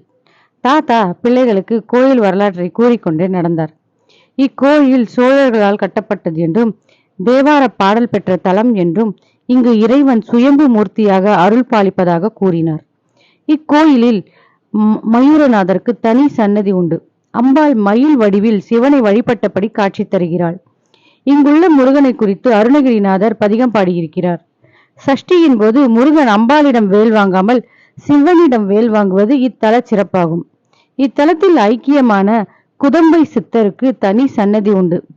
பார்வதி தேவி தட்சன் யாகத்திற்கு சென்றதால் கோபமடைந்த சிவன் தேவியை மயிலாக மாற்றினார். பார்வதி தேவியும் மயூரநாதர் கோயிலில் மயில் உருவத்தில் சிவனை தியானம் செய்தார். இதனை கண்டு சிவனும் மயிலாகவே வடிவெடுத்து தாட்சாயணியின் சாபத்தை களைந்தார். மயில்கள் ஆடிய துறை என்பதால் இத்தலத்திற்கு மயிலாடுதுறை என்று பெயர் வழங்கப்பட்டது. மூலவர் மயூரநாதர், தாயார் பெயர் அபயாம்பிகை. இது காசிக்கு நிகரான தலமாக கருதப்படுகிறது. எல்லோரும் சுவாமி தரிசனம் முடித்துவிட்டு குளக்கரை வந்து உட்கார்ந்துக்கிட்டு தேங்காய் பழம் பிரசாதம் சாப்பிட ஆரம்பித்தார்கள். அப்ப மிலிட்டரி சித்தப்பா ஒரு சின்ன கல்லை எடுத்து குளத்துல போட அது தாவி தாவி போறதை பார்த்து பசங்களுக்கு ஆச்சரியம். எல்லாம் அவங்கவுங்க பங்குக்கு முயற்சி பண்ணாங்க. யாருக்கும் அவ்வளவு நல்லா வரல. சித்தப்பா எல்லாரையும் கிண்டல் பண்ண எல்லாரும் சிரிச்சுக்கிட்டு தரங்கம்பாடி கோட்டைக்கு புறப்பட தயாரானாங்க. மாயவரத்திலிருந்து பஸ்ல தான் போக முடியும். பொறையாருக்கு பக்கத்துல அமைந்த கடற்கரை ஊர் தான் தரங்கம்பாடி. தரங்கம் என்றால் அலை என்று பொருள். அலை கரையில் மோதி பாட்டு பாடுவது போல ஒலி எழுப்புவதால் தரங்கம்பாடின்னு பெயர் வந்தது. கடலை ஒட்டி சுற்றி பாறைகள், நடுவுல கோட்டை. பார்க்கறதுக்கே அவ்வளவு அழகா இருந்துச்சு. 1616ல டேனிஷ்காரங்க கப்பலை அனுப்பினாங்க. டென்மார்க் தலைநகர் கோபன்ஹேக்கில் தங்க இலையில போர்ச்சுகீசிய மொழியில எழுதப்பட்ட ஒப்பந்தம் இன்னும் அருங்காட்சியகத்துல இருக்குது. இந்த ஒப்பந்தப்படி இந்த இடம் டேனிஷ் மன்னருக்கு சொந்தமானது. அங்கு கோட்டை கட்டி கொள்ளவும் மக்கள் வசிப்பதற்கு அனுமதியும் வழங்கப்பட்டது. இக்கோட்டை டேனிஷ் பாணியில் வடிவமைக்கப்பட்டாலும் கட்டியது எல்லாம் உள்ளூர் தொழிலாளர்களே. 1845 கோட்டை மற்றும் ஊர்களை சேர்த்து ஆங்கிலேயர்களுக்கு விற்கப்பட்டது. டேனிஷ்காரர்கள் விடை பெற்றதாக அப்பா பசங்களுக்கு சொன்னார். அந்த அழகான கோட்டையை பசங்க ஆர்வத்தோடு சுத்தி பார்த்துக்கிட்டு அப்பாவை கேள்வி மேல கேள்வி கேட்டு தொலைச்சு எடுத்துட்டாங்க. நிழல் இருக்கிற இடமா பார்த்து சித்தப்பாங்க ஜமக்காலத்தை விரிக்க எல்லாம் சந்தோஷமா பேசிக்கிட்டு சாப்பிட ஆரம்பிச்சாங்க. வீட்டுல இருந்து இலையும் எடுத்துட்டு போயிட்டதுனால பாட்டியும் அம்மாவும் எல்லாருக்கும் பரிமாற ஒரு வழியா எல்லாரும் சாப்பிட்டு முடிச்சுட்டாங்க. ஓய்வு எடுக்க ஆரம்பிச்சாங்க. பசங்க எல்லாம் ஓடி பிடிச்சு விளையாடிக்கிட்டு இருந்தாங்க. கொஞ்சம் வெயில் குறைஞ்சதும் எல்லாரும் கடல்ல போய் சந்தோஷமா விளையாடிட்டு வீடு திரும்பினாங்க. மறுநாள் விடிந்தது. எல்லாரும் ஊருக்கு கிளம்ப தயாரானாங்க. லல்லி குடும்பம், சித்தப்பா, 2 அத்தைங்க குடும்பம்னு ஒரு கூட்டமே ஊருக்கு கிளம்பினாங்க. தாத்தா பாட்டிய பார்க்க பாவமா இருந்துச்சு. எல்லோரும் கிளம்புறத நினைச்சு அவங்க முகத்துல ஒருவித சோகம் தெரிஞ்சது. எல்லாரும் தாத்தா பாட்டி காலில் விழுந்து ஆசீர்வாதம் வாங்கிட்டு கிளம்புனாங்க. இவங்க போறது டே எக்ஸ்பிரஸ்ல. ட்ரெயின்ல ஒரு கம்பார்ட்மெண்ட்ல பாதி கூட்டம் லல்லி குடும்பம் தான் இருந்துச்சு. இவங்களோட பேச்சும் சிரிப்பு சத்தமும் ட்ரெயினோட ஆட்டத்தை மேலும் அதிகப்படுத்தின மாதிரி இருந்துச்சு. கொய்யாப்பழம், மாம்பழம்னு எது வந்தாலும் இவங்க கம்பார்ட்மெண்ட்லயே காலி ஆயிடும். அடுத்த கம்பார்ட்மெண்ட்டுக்கு போகவே போகாது. பசங்க பாட்டு பாடுறது, டான்ஸ் ஆடுறதுன்னு ரயில் பயணத்தை சந்தோஷமா கழிச்சாங்க. பன்ருட்டி வந்ததும் பெரிய பெரிய பலாப்பழங்களை வித்துக்கிட்டு வந்தாங்க. குடும்பத்துக்கு ஒரு பழம்னு 4-5 பழத்தை வாங்கி போட்டுக்கிட்டாங்க. எப்ப மாயவரம் வந்துட்டு போனாலும் பழாப்பழம் இல்லாம போகவே மாட்டாங்க.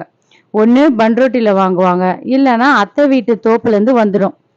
சிதம்பரம் தாண்டும் போது மூட்டை நிறைய வேர்க்கடலை வித்தாங்க. வேர்க்கடலை நல்லா இருக்கவே மூட்டையோட வாங்கி எல்லாரும் பிரிச்சுக்கிட்டாங்க. இப்படி கலாட்டா பண்ணிக்கிட்டே பிரயாணம் முடிவுக்கு வந்துச்சு. ஆமா, மெட்ராஸ் எக்மோர் ரயில் நிலையம் வர எல்லாரும் பிரியா விட சொல்லி அவங்க வீட்டுக்கு கிளம்பி போனாங்க. அம்மம்மா அம்மம்மா என்று அழைத்து கொண்டே லல்லியின் பேரன் ஓடி வந்தான். பழைய நினைவுகளிலிருந்து வெளியே வந்தவளாய் தான் 50 வயதை கடந்தவள் என்பதை மறந்து 10 வயது குழந்தையாக தன் பேரனுடன் விளையாட ஆரம்பித்தாள் லல்லி. மாயவரத்தின் நினைவுகள் அவள் மனதை விட்டு அகலாமல் அதே பூரிப்புடன் விளையாடி கொண்டிருந்தாள். பேரன் அம்மம்மா அம்மம்மா என்று அழைக்கும் போதெல்லாம் தன்னுடைய அம்மம்மாவின் நினைவுகள் வந்தது லல்லிக்கு. அம்மா கோகிலாவின் பூர்வீகம் ராஜமன்றி தான். பிள்ளைகளின் வேலை படிப்புக்காக சென்னைக்கு வந்தனர் தாத்தா அம்மம்மா. தாத்தா ஒரு ஸ்கூல் வாத்தியாராக வேலை செய்தார். பார்ப்பதற்கு நல்ல நிறத்துடன் கொழுக்கு முழுக்கென்று பெரிய நாமம் தரித்திருப்பார். சாக்ஷாத் அந்த திருப்பதி பெருமாளை பார்ப்பது போல் இருக்கும் அவரது தோற்றம். பெயரும் அதற்கேற்றவாறு வரதராஜுலு ஆகும். அம்மம்மா மெலிந்த உருவம், மாநிறம், நல்ல சுறுசுறுப்பு. பெயரோ சரஸ்வதி. அதற்கேற்றவாறு ஆன்மீக அறிவு அதிகம். எப்போதும் ஏழுமலையானை நினைத்து கொண்டிருப்பவள். மாதத்தில் பாதி நாள் திருப்பதியில் தான் இருப்பாள். திருப்பதி நிர்வாக குழுவில் இவரும் ஒரு உறுப்பினராக இருந்தார். ஒரு முறை அக்கா லக்ஷ்மியை திருப்பதிக்கு அழைத்து சென்றார் அம்மம்மா. அங்கு ஏழுமலையானின் வஸ்திரங்களையும் ஆபரணங்களையும் தொட்டு பார்க்கும் பாக்கியம் அக்கா லக்ஷ்மிக்கு கிடைத்தது. லல்லி வீட்டில் எப்பொழுதும் திருப்பதி லட்டு இருக்கும். அந்த காலத்தில் லட்டுவை 2 கைகளால் தான் எடுக்க முடியும், அவ்வளவு பெரியது. ஒவ்வொரு வாய்க்கும் ஒவ்வொரு முந்திரி என்று வரும். ஏலக்காயும் நெய்யும் லட்டுவின் சுவையை மேலும் அதிகரிக்க செய்யும். அம்மம்மா வீட்டிற்கு வந்தாலே பசங்களுக்கு சந்தோஷம் தாளாது. ஏன்னா அவங்க பசங்களுக்கு சாதத்தை பிசைஞ்சு கையில வைப்பாங்க. அதுவும் எப்படி, ஆழ்வார்களோட கதைகளை சொல்லிக்கிட்டே கொடுப்பாங்க. அதனால சாப்பாடு மேலும் ருசிக்கும். விடியற்காலை 4:30 மணிக்கெல்லாம் எழுந்து உட்கார்ந்து கொண்டு பெருமாளின் சுப்பிரபாதம், திருப்பள்ளி எழுச்சி, விஷ்ணு சகஸ்ரநாமம் என்று இரவு வரை ஏதாவது பாடிக்கொண்டிருப்பார். அம்மம்மா சரஸ்வதிக்கு அம்மா கோகிலா மீது கொஞ்சம் அதிக பிரியம் உண்டு. எப்பொழுதும் அவருக்கு உதவியாக இருக்க வேண்டும் என்று நினைப்பார். மே மாதம் என்றால் அம்மா கோகிலாவின் கடைசி தங்கை பெங்களூரிலிருந்து சென்னைக்கு வருவது வழக்கம். பெங்களூர் சித்திக்கு 2 குழந்தைங்க, ஒரு ஆண் ஒரு பெண். இவர்கள் இருவரும் அம்மா கோகிலாவின் வயிற்றில் பிறக்கவில்லை என்பது மட்டும்தான் குறை. மற்றபடி அப்பா அம்மாக்கு அவ்வளவு செல்லம். சித்தி வந்துட்டா பசங்களுக்கும் கொண்டாட்டம்தான். ஏன்னா அவங்களுக்கு சினிமானா அவ்வளவு பிடிக்கும். அதனால தியேட்டருக்கு அடிக்கடி போவாங்க. அம்மா கோகிலாக்கு தனியா ஒரு இடத்துக்கு போக தெரியும்னா அது அவங்க அம்மா வீடு தான். ஆமா, லிபர்ட்டியில் 25C பஸ் ஏறினா ஐஸ் ஹவுஸில் போய் இறங்கிடுவாங்க. அம்மம்மா சென்னையில் குடியேறியதால திருவல்லிக்கேணியில் ஒரு வாடகை வீட்டில் தான் வசிச்சாங்க. 2வது மாடியில் இவங்க வீடு. பாதி இடத்துக்கு வீடும் மீதி இடத்துக்கு மொட்டை மாடியாகவும் இருக்கும். அம்மம்மாவுக்கு 3 பையன்க 5 பொண்ணுங்க. முழுவாண்டு விடுமுறையில் எல்லாரும் ஒன்று சேர்ந்துருவாங்க. வீடே கலகலகலன்னு இருக்கும். அந்த காலத்தில் கேஸ் பலூன் விடுற கலாச்சாரம் இருந்துச்சு. மாமாங்க அண்ணன்க எல்லாம் போய் கேஸ் பலூன்க பட்டம்கன்னு வாங்கின்னு வருவாங்க. 2வது மாடிங்கிறதுனால பலூன்க நல்ல உயரமாக பறக்கும். கூட்டம் கூட்டமாக திருவிழா மாதிரி பலூன்களை பறக்க விடுவாங்க. யார் வீட்டில் அதிக பலூன் விடுறாங்கன்னு போட்டியே நடக்கும். அது பார்க்குறதுக்கு அவ்வளவு நல்லா இருக்கும். மாமாங்க அண்ணன்க எல்லாம் சேர்ந்து பட்டம் விடுவாங்க. குழந்தைங்கள்லேருந்து பெரியவங்க வரைக்கும் அவ்வளவு சந்தோஷமாக இருப்பாங்க. பாட்டி சுட சுட வடை சுட்டு கொடுக்க எல்லாரும் அதை சாப்பிட்டுக்கிட்டே விளையாட அவ்வளவு சந்தோஷமா இருக்கும். பசங்க எல்லாம் ஒண்ணா பிறந்தவங்க மாதிரி அவங்களுக்குள்ள ஒரு வகையான பாசப்பிணப்பு இருந்துச்சு. ஒரு பெரிய மழலை பட்டாலுமே அங்க கூடி இருந்துச்சு. கிட்டத்தட்ட பசங்க மாத்திரமே 20 பேருக்கு இருப்பாங்க. அப்ப பாத்துக்கோங்க எவ்வளவு பெரிய கூட்டம் அங்க இருக்கும்னு. எல்லாரும் ராத்திரிக்கு அந்த மொட்டை மாடியிலேயே பாயை விரிச்சு வரிசையா படுத்துருவாங்க. எல்லா கதையும் பேசிட்டு அந்த நிலாவை ரசிச்சுக்கிட்டே சந்தோஷமா தூங்குறதுல இருக்கிற சுகம் இந்த காலத்து பிள்ளைங்களுக்கு கிடைக்கலையேன்ற ஒரு மன வருத்தம் கண்டிப்பா இருக்கதான் செஞ்சுது. மறுநாள் சாயங்காலம் எல்லாரும் கிளம்பி மெரினா பீச்சுக்கு போனாங்க. ஆமா, வீட்ல இருந்து நடந்தே போயிடலாம், அவ்வளவு கிட்ட பீச் இருந்துச்சு. அந்த காலத்துல பீச் காத்து அவ்வளவு சுத்தமா இருக்கும். இப்ப இருக்கிற மாதிரி பஜ்ஜி போண்டான்னு போட்டு எங்க பார்த்தாலும் எண்ணெய் பரவி இருக்காது. அப்பெல்லாம் பீச்சுக்கு போனா பட்டாணி சுண்டல் வேர்க்கடலை தான். இப்படிதான் இருக்கும். வழி நெடுக குட்டி குட்டி கடை போட்டிருப்பாங்க. அதுல விதவிதமான பொம்மைங்க, அழகழகான கம்மல், பொட்டு, வளையல், சிப்பியில செஞ்ச விதவிதமான கைவினை பொருட்கள்னு இருக்கும். அந்த கடைகளை எல்லாம் வேடிக்கை பார்த்துக்கிட்டே மணல்ல நடக்கிறது, கடல் நீர்ல கால் வைக்கிறது, எல்லாரும் சந்தோஷமா ஓடி பிடிச்சு விளையாடுறது, மணல் வீடு கட்டுறதுன்னு சந்தோஷமா இருப்பாங்க. அந்த சந்தோஷத்தை நினைச்சு பார்க்கும்போதே லல்லிக்கு பேர் ஆனந்தமா இருக்கும். ஒரு முறை அம்மா கோகிலா திரி அடுப்புல பூரி சுட்டுட்டு இருந்தாங்க. பூரியெல்லாம் சுட்டுட்டு எண்ணெய் கடாயை கீழே இறக்கி வைக்கும்போது கறி துணி அடுப்புல மாட்டிக்கவே கடாய் தவறி அம்மா காலில் எண்ணெய் விழ அம்மா துடிச்சு போயிட்டாங்க. லல்லி ரொம்ப சின்ன பொண்ணு. அம்மா துடிச்சு அழறத பார்த்ததும் அவளால் அழுகையை அடக்க முடியாம அவளும் கீழ் வீட்டு பாட்டி ஓடி வந்துட்டாங்க. கோகிலா, என்னம்மா ஆச்சுன்ட்டு பயந்து நிதானத்துக்கு வந்தவங்களா, ஒண்ணும் இல்லை அழாதன்னு அம்மாக்கு ஆறுதல் கூறி காலில் ப்ளூ இங்க் ஊற்றி விட்டாங்க. பிறகு பசங்க கிட்ட சொல்லி பர்னால் வாங்கிட்டு வர சொல்லி எண்ணெய் விழுந்த இடமெல்லாம் தடவி விட்டாங்க. ஒரு வாரம் அம்மம்மா வந்து தங்கி எல்லோரையும் பார்த்துக்கிட்டாங்க. அன்னைக்கு அம்மா கோகிலா துடிச்சதை பசங்களால இன்னைக்கு வரைக்கும் மறக்க முடியல. இந்த இன்பமும் துன்பமும் கலந்த நாட்கள் உருண்டோடுச்சு. பெரியக்கா லக்ஷ்மி கல்யாண வயதை அடைந்ததால அப்பா சாரங்கப்பாணி திருமணத்துக்கு வரன் பார்த்து கல்யாணத்தையும் நல்லபடியா முடிச்சு வச்சார். 6 பேர் இருந்த வீடு 5 பேரா மாறிடுச்சு. அக்கா இல்லாம வீடு வெறுமையா இருந்துச்சு. அப்பா அழுது லல்லி அது வரைக்கும் பார்த்ததே இல்லை. அதுதான் முதல் தடவை. அக்கா லக்ஷ்மி மாமியார் வீட்டுக்கு போகும்போது குலுங்கி குலுங்கி அழுதார். அவரை சமாதானப்படுத்த அம்மாவாலேயே முடியல. இப்படி நாள் போய்கிட்டு இருக்கும்போதே ஒரு 6 மாசத்துலயே சின்னக்கா போனாவுக்கும் ஒரு வரன் வந்துச்சு. அடுத்த 6 மாசத்துல கல்யாணமும் முடிஞ்சிடுச்சு. அண்ணன் கிஷோர் ஸ்பிக் ட்ரைனிங்காக 6 மாசம் தூத்துக்குடி போயிட்டான். இப்ப வீட்டுல அப்பா அம்மா லல்லி மட்டும்தான். வீடு ரொம்ப அமைதியாயிடுச்சு. லல்லிக்கு ரொம்ப கஷ்டமா இருந்தது. ஏன்னா ஒரு சின்ன சாக்லேட் வாங்கினா கூட அதை 6 பேரும் சேர்ந்து சாப்பிடணும்னு நினைப்பா. இப்ப இப்படி மாறிடுச்சுன்னு அவளால வருத்தப்படாம இருக்க முடியல. இருந்தாலும் பையனுக்கு பையனா பொண்ணுக்கு பொண்ணா இருந்து அப்பா அம்மாவை சந்தோஷமா வச்சுக்கிட்டா. கொஞ்ச நாள்ல பெரியக்கா லக்ஷ்மிக்கு வளகாப்பு செஞ்சு பிரசவத்துக்காக வீட்டுக்கு அழைச்சிட்டு வந்தாங்க. ஒரு ஞாயிற்றுக்கிழமை அக்காவுக்கு வலி வரவே ஆஸ்பத்திரிக்கு அழைச்சிட்டு போனாங்க. லல்லியும் கூட போனான். அக்கா வலியில துடிச்சுக்கிட்டே இப்படியும் அப்படியுமா நடந்துகிட்டு இருந்தா. அக்கா ராகவேந்திர சுவாமியை கும்பிட்டு பார்த்ததே இல்லை. ஆனா அன்னைக்கு வலியில ராகவேந்திரா ராகவேந்திரான்னு கத்திக்கிட்டே இருந்தா. அவ துடிக்கிறத பார்த்து எல்லாரும் அழ ஆரம்பிச்சிட்டாங்க. ஆனா கொஞ்ச நேரத்துல நல்லபடியா குழந்தை பிறந்துடுச்சு. ஆமாம், நல்லா வெள்ளையா கொழுக்கு முழுக்குன்னு அந்த ராகவேந்திர சுவாமியை போலவே ஒரு ஆண் குழந்தை பிறந்தது. லல்லிக்கும் அண்ணன் கிஷோருக்கும் சந்தோஷம் தாளல. ஏன்னா 2 பேரும் சித்தி மாமாவாயிட்டாங்க. குழந்தைக்கு பேரும் ஆலோக்குன்னு வச்சாங்க. ஆனா குழந்தை 3 மாசம்தான் இவங்க வீட்டுல இருந்தான். அதுக்கப்புறம் அக்கா மாமியார் வீட்டுக்கு போயிட்டா. மறுபடியும் வீடு களை இழந்துடுச்சு. இப்படியா ஒரு வருஷம் கடந்துடுச்சு. அடுத்து சின்னக்காக்கு வளகாப்பு பண்ணி வீட்டுக்கு அழைச்சிட்டு வந்தாங்க. அவளுக்கு ஒரு வியாழக்கிழமை அன்னைக்கு மத்தியானம் லேசா பிரசவ வலி மாதிரி தெரியுதுன்னு சொன்னான். அம்மா உடனே கஷாயம் போட்டு கொடுத்து ஆஸ்பத்திரிக்கு அழைச்சிட்டு போயிட்டாங்க. இதுல என்ன ஆச்சரியம்னா போன 10 நிமிஷத்துல எல்லாம் குழந்தை பிறந்துடுச்சு. பெரியக்கா லக்ஷ்மி பட்ட கஷ்டத்துல கொஞ்சம் கூட சின்னக்கா போனா படல. ஆனா குழந்தை நல்ல ஒல்லியா நீட்டா இருந்தான். ஆமா, சின்னக்காவுக்கும் ஆண் குழந்தை தான். 1 மாசத்துலயே நல்ல புசு புசுன்னு ஆயிட்டான் குழந்தை. குழந்தை பேரு ஆகாஷ்னு வச்சாங்க. சின்னக்காவுக்கு மாமியார் மாமனார் இல்லாததால அம்மா வீட்டுக்கு பக்கத்து தெருவுலயே ஒரு வீடு பார்த்துக்கிட்டு குடியேறிட்டா. அதனால இந்த குழந்தை இவங்க கிட்டயே வளர்ந்தான். வீட்டுல எல்லோருக்கும் ரொம்ப செல்லம். அதுவும் லல்லிக்கும் அண்ணன் கிஷோருக்கும் இவன் தான் உலகமே. எப்பவும் அவனை தூக்கி வச்சுக்கிட்டு சுத்துறது தான் இவங்க 2 பேரோட வேலை. இவங்களுக்கு மட்டும் இல்லைங்க, அந்த தெருவுக்கே ஆகாஷ் தான் செல்லப்பிள்ளை. அம்மா கோகிலாவோட உயிர் இவன். ஒரு தடவை எல்லாருமா சேர்ந்து மாயவரம் சித்தப்பா பொண்ணு கல்யாணத்துக்கு வேன் வச்சுட்டு போயிட்டு வந்தாங்க. போன இடத்துல வாய்க்கால்ல சின்னக்கா பையன் விழுந்து நெத்தியில அடிபட்டுடுச்சு. அவனுக்கு அடிபட்டா லல்லி அழ ஆரம்பிச்சிடுவா. ஆனா ஒண்ணு, ஆகாஷ்க்கு அடிபட்டா கொஞ்ச நேரத்துல சரியாயிடும். அதுவே பெரியக்கா பையன் ஆலோக்குக்கு அடிபட்டா அப்படியே வீங்கிடும்.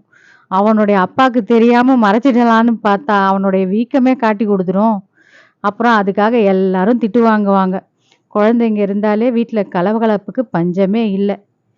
அம்மா கோகிலாக்கு வரிசையா கல்யாணம் பிரசவம்னு பார்த்ததுல உடம்பு சரியில்லாம போயிடுச்சு.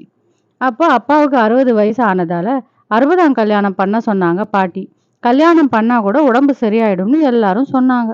அதனால 60ஆம் கல்யாணத்துக்கு வேண்டிய ஏற்பாடுகள் செய்ய ஆரம்பிச்சாங்க. திருவல்லிக்கேணி பார்த்தசாரதி கோயில்ல தான் அம்மாக்கும் அப்பாவுக்கும் 60ஆம் கல்யாணம் விமரிசையா நடந்துச்சு. எல்லாரும் சொன்ன மாதிரி அம்மா உடம்பும் படிப்படியா சரியாயிடுச்சு.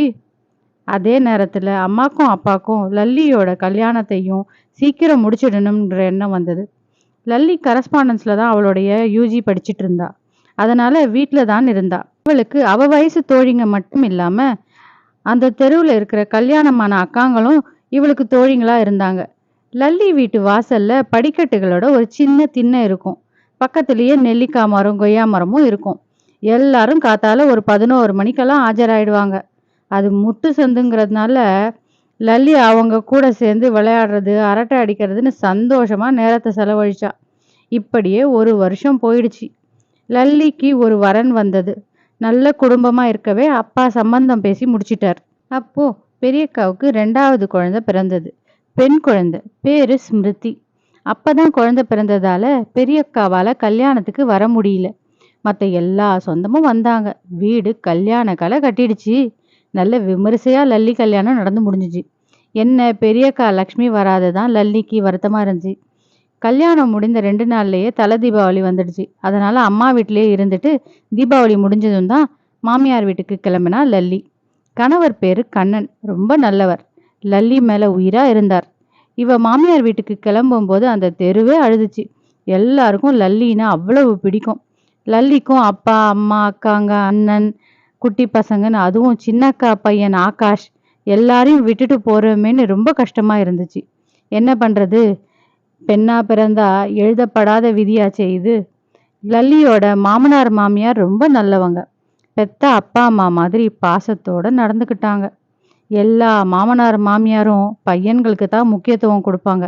ஆனா இவங்க 2 பேரும் வித்தியாசமா மருமகளுக்கு தான் எல்லா விஷயத்திலும் முக்கியத்துவம் கொடுத்தாங்க.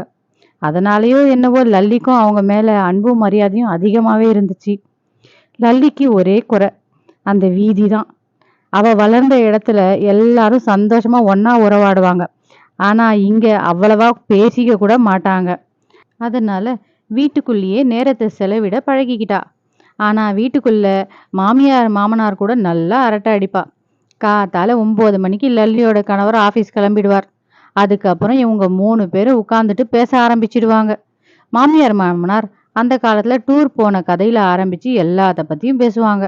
1975ல இந்தியா முழுதும் சுத்தி பார்த்த கதையை பத்தி சொன்னாங்க. மாமனாரோட ஆபீஸ்ல எல்லாரும் சேர்ந்து பணம் திரட்டி குடும்பத்தோட மொத்தம் 80 பேர் டூர் போனாங்க. பெரியவங்களுக்கு 800 ரூபாயும் சின்ன பசங்களுக்கு 400 ரூபாய்ங்கிற விகிதத்துல பணத்தை வசூலிச்சாங்க. ஒரு ட்ரெயின் கம்பார்ட்மெண்ட்டே புக் பண்ணிக்கிட்டாங்கன்னா பாத்துக்கோங்களேன். அதுலேயே சமையல் செஞ்சுக்கிற மாதிரி ஏற்பாடு பண்ணாங்க. சமையல் சாமானெல்லாம் வாங்கி எடுத்துக்கிட்டாங்க. மொத்தம் 35 நாள் பிரயாணங்க. அப்ப பாத்துக்கோங்க எவ்வளவு சாமான் தேவைப்பட்டிருக்கும்னு. சென்னையில கிளம்பி வடக்கே காஷ்மீர் வரைக்கும் எல்லா ஊரையும் சந்தோஷமா சுத்தி பார்த்ததா சொல்லுவாங்க. மாமியார் விவரிக்க விவரிக்க லல்லிக்கு கேட்கவும் சந்தோஷமா இருந்துச்சு. அதே சமயத்துல அந்த மாதிரி போகணும்னு ஆசையாவும் இருந்துச்சு. லல்லி அவங்க அப்பா கூட தமிழ்நாடு ஆந்திரா பெங்களூர் மட்டும்தான் சுத்தி பார்த்துருக்கா. வடக்கே கிழக்கே மேற்கே எல்லாம் பார்த்தது இல்லை. மாமியார் மாமனார் போன இடம் எல்லாம் ஜீவநதி பாயிற இடம். அதுலேயே குளிச்சுட்டு துணிகளை துவைச்சி காய வச்சு எடுத்து வச்சுப்பாங்களாம். ட்ரெயின்லேயே வேலை வேலைக்கு சுட சுட ருசியான சாப்பாடு கிடைக்குமா. சாயங்காலத்தில் எல்லாருக்கும் சுண்டல், வேர்க்கடலை, வேக வச்ச கிழங்கு வகைங்க, பஜ்ஜி, போண்டான்னு விதமாக சமைச்சு தருவாங்களாம். ஒரு நாள் ஹரித்வார்ல ஜீவ நதி கிட்ட யாரோ ஒரு வயசானவர் லல்லியோட மாமனார் கிட்ட ஒரு சாலிகிராம கல்லை கொடுத்ததாகவும் அதை கையில வாங்கி என்னன்னு பார்த்துட்டு நிமிர்ந்தா அந்த பெரியவரை காணோன்னு சொன்னார். இதையெல்லாம் கேட்கும்போது லல்லிக்கு வியப்பா இருந்துச்சு. இப்படியா லல்லி தன்னோட புகுந்த வீட்டுல நேரத்தை செலவழிச்சா. நாட்கள் மெல்ல உருண்டோடியது. லல்லிக்கு வளைகாப்பு முடித்து பிறந்த வீட்டுக்கு அழைச்சிட்டு போனாங்க அவளுடைய அப்பா அம்மா. ஒரு சனிக்கிழமை நள்ளிரவு 1 மணி அளவு இருக்கும். ஒரு பெரிய இடி இடிச்சுது. லல்லிக்கு மெல்ல வலி ஆரம்பிச்சுது. அம்மா கோகிலா கஷாயம் போட்டு கொடுத்தாங்க. விடியலுக்காக காத்து கொண்டிருந்தனர். கணவர் கண்ணனும் அவளுடன் தான் இருந்தார். ஒரு 5 மணி அளவில் ஆஸ்பத்திரிக்கு அழைச்சிட்டு போனாங்க. லல்லிக்கு வலி அதிகமாகிக்கிட்டே போச்சு. மழையும் அதிகமாக பெய்ய ஆரம்பிச்சுது. டாக்டர் வேறொரு இடத்துல மழையில மாட்டிக்கிட்டதால வர தாமதமாச்சு. லல்லியால வலியை தாளவே முடியல. ரொம்ப அழுதா. அம்மா கோகிலாக்கு அப்பன்னு பார்த்து நல்ல ஜுரம் இருந்துச்சு. லல்லி அவங்க கையை பிடிச்சி ஒத்தடம் மாதிரி வச்சுக்கிட்டா. அப்பா சாரங்க பாணியால மக கஷ்டப்படுறத பார்க்க முடியல. அவ கண்ணுல ஒரு சொட்டு தண்ணி கூட வராம வளர்த்தாரு. அப்படிப்பட்டவ இப்படி துடிக்கிறத அவரால் பார்க்க முடியல. அந்த காலத்துல ஃபோன் வசதியெல்லாம் பெருசா இருக்காதுங்க. ஆனா ராத்திரி இடிச்ச இடி சத்தத்துல பயந்து லல்லியோட மாமனார் மாமியாரும் காத்தாலே கிளம்பி வந்துட்டாங்க. லல்லியோட கணவர் கண்ணனுக்கு லல்லி கஷ்டப்படுறத பார்க்கவே முடியல. வெளியே மழையோ அப்படி அடிக்குது. இத்தனைக்கும் அது மழை காலம் கூட கிடையாதுங்க. மதியம் 1 மணி ஆயிடுச்சு. லல்லி துடிக்கிறத பார்த்துட்டு அப்பா சாரங்கபாணி நர்ஸ்கிட்ட போய் ஏதாவது பண்ணுமான்னு கெஞ்ச ஆரம்பிச்சிட்டாரு. அந்த நர்ஸும் அவர் கவலைப்படுறத பார்த்துட்டு செடேஷன் இன்ஜெக்ஷன் போட்டுட்டா. அதுக்கப்புறம் லல்லியால் நிற்க கூட முடியல. ஒரு பக்கம் வலி, ஒரு பக்கம் மயக்கம்னு ரொம்ப கஷ்டப்பட்டா. டாக்டரும் வந்து சேர்ந்துட்டாங்க. டாக்டர் செக் பண்ணிட்டு அந்த நர்ஸை ரொம்ப திட்ட ஆரம்பிச்சிட்டாங்க. என்னை கேட்காம உன்னை யாரும் இன்ஜெக்ஷன் போட சொன்னான்னு. குடும்ப டாக்டருங்கிறதால அப்பாவோட கவலையை புரிஞ்சுக்கிட்டு அமைதியாயிட்டாங்க. டாக்டர் எவ்வளவோ முயற்சி பண்ணாங்க நார்மல் டெலிவரிக்கு. ஆனால் முடியல. ஒரு கட்டத்தில் தாயும் செய்யும் நல்லபடியாக பிழைக்கணும்னு அறுவை சிகிச்சைக்கு ரெடி பண்ணாங்க. அக்காங்களுக்கு அவங்க தான் பிரசவம் பார்த்தாங்க. அவங்க எக்ஸ்பீரியன்ஸில் லல்லிக்கு தான் முதல் சிசேரியன். சாயங்காலம் 4 மணிக்கு தேவதை போல அழகான பெண் குழந்தை பிறந்தது. கண்ணனுக்கு அப்போதான் உயிர் திரும்ப வந்தது. எல்லாருக்கும் சந்தோஷம் தாளலை. கிருஷ்ண பரமாத்மா பிறக்கும்போது எப்படி மழை பெஞ்சுதோ அந்த மாதிரி லல்லி குழந்தை பிறக்கும்போது மழை அப்படி பெஞ்சுது. குழந்தையின் பெயர் சம்வித்தான்னு வச்சாங்க. அதன் பொருள் சந்தோஷமாகும். அதற்கேற்ற மாதிரி குழந்தை பிறந்ததும் சந்தோஷத்துக்கு குறைவே இல்லை. வீடே கொண்டாட்டத்தில் இருந்தது. லல்லியும் தன்னுடைய டிகிரி சர்டிஃபிகேட்டை வாங்கிட்டா. எல்லாரும் சேர்ந்து பெங்களூர் சித்தி வீட்டுக்கு போனாங்க. மொத்த பெங்களூரையும் சுற்றி பார்த்தாங்க. மைசூர் பேலஸையும் அதன் அழகையும் பார்த்து ரசிச்சாங்க. இப்படி சந்தோஷம் மட்டுமே நிறைந்து இருந்ததுல யாரு கண்ணு பட்டதுன்னு தெரியல. அம்மா கோகிலாக்கு உடல் நலம் சரியில்லாம போயிடுச்சு. யாரும் எதிர்பார்க்காத மாதிரி அம்மா கோகிலா எல்லாரையும் விட்டு பிரிஞ்சிட்டாங்க. அந்த கஷ்டத்தை யாராலையும் தாங்கிக்க முடியல. அடுத்து என்ன செய்யறதுன்னு தெரியாம அப்பாவும் அண்ணன் கிஷோரும் ஸ்தம்பிச்சிட்டாங்க. லல்லியால இது கனவா நிஜமானு நினைச்சு பார்க்க முடியல. அம்மா கோகிலா லல்லியை கூப்பிடணும்னா லக்ஷ்மி, புவனா, லல்லின்னு 3 பேரையும் சொல்லி தான் கூப்பிடுவாங்க. அந்த அளவுக்கு பாகுபாடு காட்டாம எல்லோர் மேலையும் பாசமா இருந்தாங்க. அம்மா அடிக்கடி சொல்லுவாங்க, கிஷோர் கல்யாணத்தை நீதாண்டி முன்னிருந்து நடத்தணும்னு. அதுக்கு அர்த்தம் அப்ப புரியல லல்லிக்கு. இப்பதான் புரிஞ்சது. 3 அக்கா தங்கச்சியும் சேர்ந்து அவங்க வீட்டு ராஜகுமாரனுக்கு ஏத்த ராஜகுமாரிய தேட ஆரம்பிச்சாங்க. நல்ல அழகான குடும்ப பாங்கான பொண்ணை கடைசியா கண்டுபிடிச்சிட்டாங்க. கல்யாண தேதியும் முடிவாச்சு. அந்த சமயம்னு பார்த்து சின்னக்கா புவனாவுக்கு பிரசவலி வந்துடுச்சு. இந்த குழந்தைக்கு கொஞ்சம் நிறையவே கஷ்டப்பட்டுட்டா. அம்மாவும் இல்லாததால லல்லியும் அவள் கணவரும் பிரசவ நேரத்துல அக்கா கூட இருந்தாங்க. நல்லா அழகா புசு புசுன்னு மூழ்ச்சி பார்த்துக்கிட்டு ஒரு அழகான ஆண் குழந்தை பிறந்தான். 2 நாள்ல அண்ணனோட கல்யாணம்ங்கிறதுனால அக்கா கூட இருக்க முடியல. அக்காவோட நாத்தனாருங்க தான் அவளை பார்த்துக்கிட்டாங்க. அப்பான்னு பார்த்து பெரிய அக்காவுக்கும் உடம்பு சரியில்லாம போகவே அண்ணன் கல்யாணத்தை அப்பா கூட சேர்ந்து லல்லியும் லல்லி கணவரும் தான் நல்லபடியா செஞ்சு முடிச்சாங்க.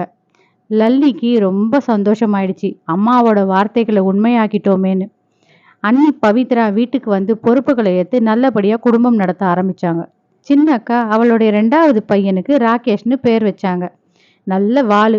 ஒரு இடத்துல நிக்க மாட்டான். துருன்னு ஓடிக்கிட்டே இருப்பான். இப்படியா நாட்கள் ஓட ஆரம்பிச்சுது. ஒரு சமயம் லல்லியோட கணவர், குழந்தை சம்பித்தான்னு 3 பேரும் சேர்ந்து டெல்லிக்கு போனாங்க. வடக்கே சுத்தி பார்க்கணுங்கிற லல்லியோட கனவு நினைவாயிடுச்சு. டெல்லி, ஆக்ரா, ஜெய்ப்பூர்னு எல்லா இடத்தையும் சுத்தி பார்த்தாங்க. சம்விதா ரொம்ப வாலு. அப்பா அம்மா கையை பிடிச்சிக்கிட்டு நடக்கவே மாட்டா. அவளுக்கு 4 வயசு தான் இருக்கும். ஓடிக்கிட்டே இருப்பா. டெல்லி ராஷ்டிரபதி பவன் கிட்ட அதே மாதிரி கையை பிடிக்காம ஓடிட்டா. உடனே லல்லியும் கண்ணனும் போய் ஒரு மரத்துக்கு பின்னாடி ஒளிஞ்சுக்கிட்டாங்க. ஓடி போனவ திரும்பி பார்க்க அப்பா அம்மாவை காணோம்னு ரொம்ப பயந்துட்டா. இப்படியும் அப்படியுமா அம்மா அம்மான்னு கூப்பிட்டுக்கிட்டு அழ ஆரம்பிச்சிட்டா. லல்லியும் கண்ணனும் வெளியே வந்து தூக்கி அணைச்சிக்கிட்டாங்க. இனிமே இந்த மாதிரி ஓடக்கூடாதுன்னு சொல்ல அவளும் அழுதுகிட்டே சரின்னு தலையாட்டுனா. மகள் சம்விதா கூட பொழுத கழிக்கிறது லல்லிக்கு ரொம்ப பிடிக்கும். சம்விதாவும் அம்மா மீது உயிரையே வச்சிருந்தா. இப்படியா நாட்கள் போக லல்லியின் மாமியார் இன்னொரு குழந்தை வீட்டுக்கு வேணும், தனி மரம் தோப்பாகாதுன்னு சொன்னாங்க. சம்விதாவும் அவளுக்கு தங்கச்சி பாப்பா தான் வேணும்னு தினமும் சாமியை கும்பிட்டா. அதுக்கேற்ற மாதிரியே அழகான இன்னொரு தேவதையை லல்லி பெற்றெடுத்தா. எல்லோருக்கும் சந்தோஷம் தாளலை. சம்விதாவோட சந்தோஷத்தை வர்ணிக்க வார்த்தையே இல்லை. சம்விதாவோட தங்கச்சிக்கு சம்பிரித்தான்னு பேர் வச்சாங்க. அது துர்காதேவியோட இன்னொரு பேராகும். இவளும் அக்கா மாதிரியே சரியான வாளு. வீட்டோட மகிழ்ச்சி இரட்டிப்பாயிடுச்சு. இப்படியா நாட்கள் உருண்டோடுச்சு. சின்ன பொண்ணு சம்பிரித்தாக்கு அக்கானா உயிர். யார் என்ன வாங்கி கொடுத்தாலும் அக்காவுக்கு இல்லாமல் தனக்கு கொடுத்தா வாங்கவே மாட்டா. அந்த அளவுக்கு 2 பேரும் ஒருத்தர் மேலே ஒருத்தர் உயிராக இருந்தாங்க. இதற்கிடையில் அண்ணன் கிஷோருக்கும் 2 குழந்தைங்க பிறந்துடுச்சு. பெரியவனோட பேர் கிரீஷ், சின்னவனோட பேர் அங்கித். இந்த 2 பேரும் அவ்வளவு சமத்து. அண்ணன் அன்னிக்கு அவங்க 2 பேர் தான் உயிர். ஒரு முறை கண்ணனோட ஆஃபீஸில் அந்தமான் டூர் போக பிளான் பண்ணாங்க. லல்லி குடும்பத்துக்கு அதுதான் முதல் விமான பிரயாணம். மொத்தம் 43 பேர் போனாங்க. சென்னையிலிருந்து விமானம் கிளம்பியது. முதல் தடவைங்கிறதால கொஞ்சம் லல்லிக்கு பயமாக தான் இருந்துச்சு. அந்தமான் நெருங்கும்போது விமானத்திலிருந்து கீழே அந்த தீவை பார்க்குறதுக்கு அவ்வளவு அழகாக இருந்தது. விமானம் போர்ட் பிளேரில் போய் இறங்கியது. ஒரு டிராவல்ஸ் மூலமாக போனதால் விமான நிலையத்தில் இருந்து அழைச்சிட்டு போகிறதுல ஆரம்பித்து தங்குற விடுதி, சாப்பாடு, ஊரை சுற்றி காட்டுறதுன்னு சக்கலமும் டிராவல்ஸ்காரங்களே செஞ்சிட்டாங்க. அந்தமானை பாருங்க அழகுங்கிற பாட்டுக்கேற்ற மாதிரி ஊர் அவ்வளவு அழகாக இருந்துச்சு. ரோஸ் ஐலாண்ட், கோரல் ஐலாண்ட், ஹேவ்லாக் ஐலாண்டுன்னு எல்லாமே கடல் வழியாக தான் போகணும். ஒரு படகுல இருந்து இன்னொரு கண்ணாடி படகுக்கு மாறுறதுன்னு எல்லாமே புது அனுபவமாக இருந்துச்சு. கண்ணாடி படகுல இருந்து கடலுக்கு கீழே பார்க்க அவ்வளவு அழகாக இருக்கும். கடலுக்கு வெளியே பார்க்குற தண்ணிக்கும் உள்ளே தெரிகிற கடலோட அழகுக்கும் சம்பந்தமே இல்லை. எங்கே பார்த்தாலும் பவழப்பாறை, விதவிதமான மீன் வகைகள்னு இருக்கும். அதெல்லாம் பார்க்க அவ்வளவு அழகாக இருந்தது. இங்கே ஜெல்லி ஃபிஷ் எங்கே பார்த்தாலும் இருக்கும். அந்தமானில் இருக்கிற கடலுக்கு எல்லாம் இன்னொரு தனி சிறப்பு இருக்குது. இங்கே கடலில் அவ்வளவா அலைகளே இருக்காது. லல்லி பொண்ணுங்க 2 பேரும் தண்ணியில் அப்படி ஆட்டம் போட்டாங்க. அது உப்பு தண்ணிங்கிறதுனால மறுநாள் சின்ன பொண்ணு உடம்பெல்லாம் சிவந்துருச்சு. அன்னைக்கு லைம்ஸ்டோன் கேவுக்கு அழைச்சிட்டு போகிறதா பிளான் பண்ணியிருந்தாங்க. பாதி தூரம் பஸ்ஸில் போயிட்டு அதுக்கப்புறம் போட்டில் போகணும். சிதம்பரத்துக்கு பக்கத்தில் இருக்கிற பிச்சாவரம் மாதிரி போகிற வழியெல்லாம் அடர்ந்து வளர்ந்த மரங்கள், மேன்க்ரோவ் ஃபாரஸ்ட்டுன்னு சொல்கிற சதுப்பு நில காடுகள். அந்த குறுகலான நீர் பாதையில் படகு போகும் அழகு உண்மையிலேயே இந்த அனுபவம் எல்லாம் கிடைக்க கொடுத்து தான் வச்சுருக்கணும். கண்ணுக்கு எட்டின தூரம் வரைக்கும் தண்ணியும் மரங்களும் தான். ஒரு இடத்துல படகை எடுத்துகிட்டு போய் நிறுத்திட்டாங்க. அங்கேருந்து லைம்ஸ்டோன் கேவுக்கு 1/2 கிலோமீட்டர் நடக்கணும். அந்த குகைக்குள்ளே போனால் ஏசி ரூம்குள்ளே போன மாதிரி அவ்வளவு ஜில்லுன்னு இருந்துச்சு. எங்கே பார்த்தாலும் சாண்டிலையர்ஸ், பார்க்க கண் பத்தாது. மேல் கூரையிலேருந்து சொட்டுற தண்ணியினால் குகைக்குள்ளே விதவிதமான வடிவங்கள் உருவாகுது. இப்படியா அந்தமான் அழகை ரசிச்சுக்கிட்டே சென்னைக்கு வந்து சேர்ந்தாச்சு. வருடங்கள் உருண்டோடுச்சு. பெரிய பொண்ணு சம்விதா ஐடி கம்பெனியில் வேலைக்கு சேர்ந்தா. அவளுக்கு ஒரு நல்ல வரன் அமைஞ்சது. மாப்பிள்ளையும் அவங்க வீட்டாரும் தங்கமானவங்க. லல்லியும் கண்ணனும் சேர்ந்து கல்யாணம் பண்ணி வச்சுட்டாங்க. சின்ன பொண்ணு சம்பிரித்தாவும் ஒரு ஐடி கம்பெனியில் வேலைக்கு சேர்ந்துட்டா. லல்லியோடைய பெரிய பொண்ணு சம்விதாக்கு ஒரு அழகான ஆண் குழந்தை பிறந்தது. லல்லியும் அவள் கணவன் கண்ணனும் தாத்தா பாட்டி ஆயிட்டாங்க. லல்லியால் இதையெல்லாம் நம்பவே முடியல. சின்ன குழந்தையா அப்பா அம்மா கையை பிடிச்சிக்கிட்டு விளையாடிக்கிட்டு இருந்த லல்லி முதுமையை எட்டி பாட்டி ஆயிட்டது நினைக்கும் போதே மெய் சிலிர்ச்சிச்சு அவளுக்கு. இப்போ லல்லிக்கு பேரன் ரித்விக் தான் உலகம். அவன் எங்கே இருந்தாலும் இவ மனசெல்லாம் அவனை சுற்றியே திரிஞ்சுக்கிட்டு இருக்கும். பேரனுக்கும் தாத்தா பாட்டின்னா உயிர். இப்படியா லல்லியோட வாழ்க்கை சுகமா அமைதியா கடந்தது. இத்துடன் லல்லியின் கதைகள் நிறைவு பெற்றது. மீண்டும் சந்திக்கலாம். நன்றி.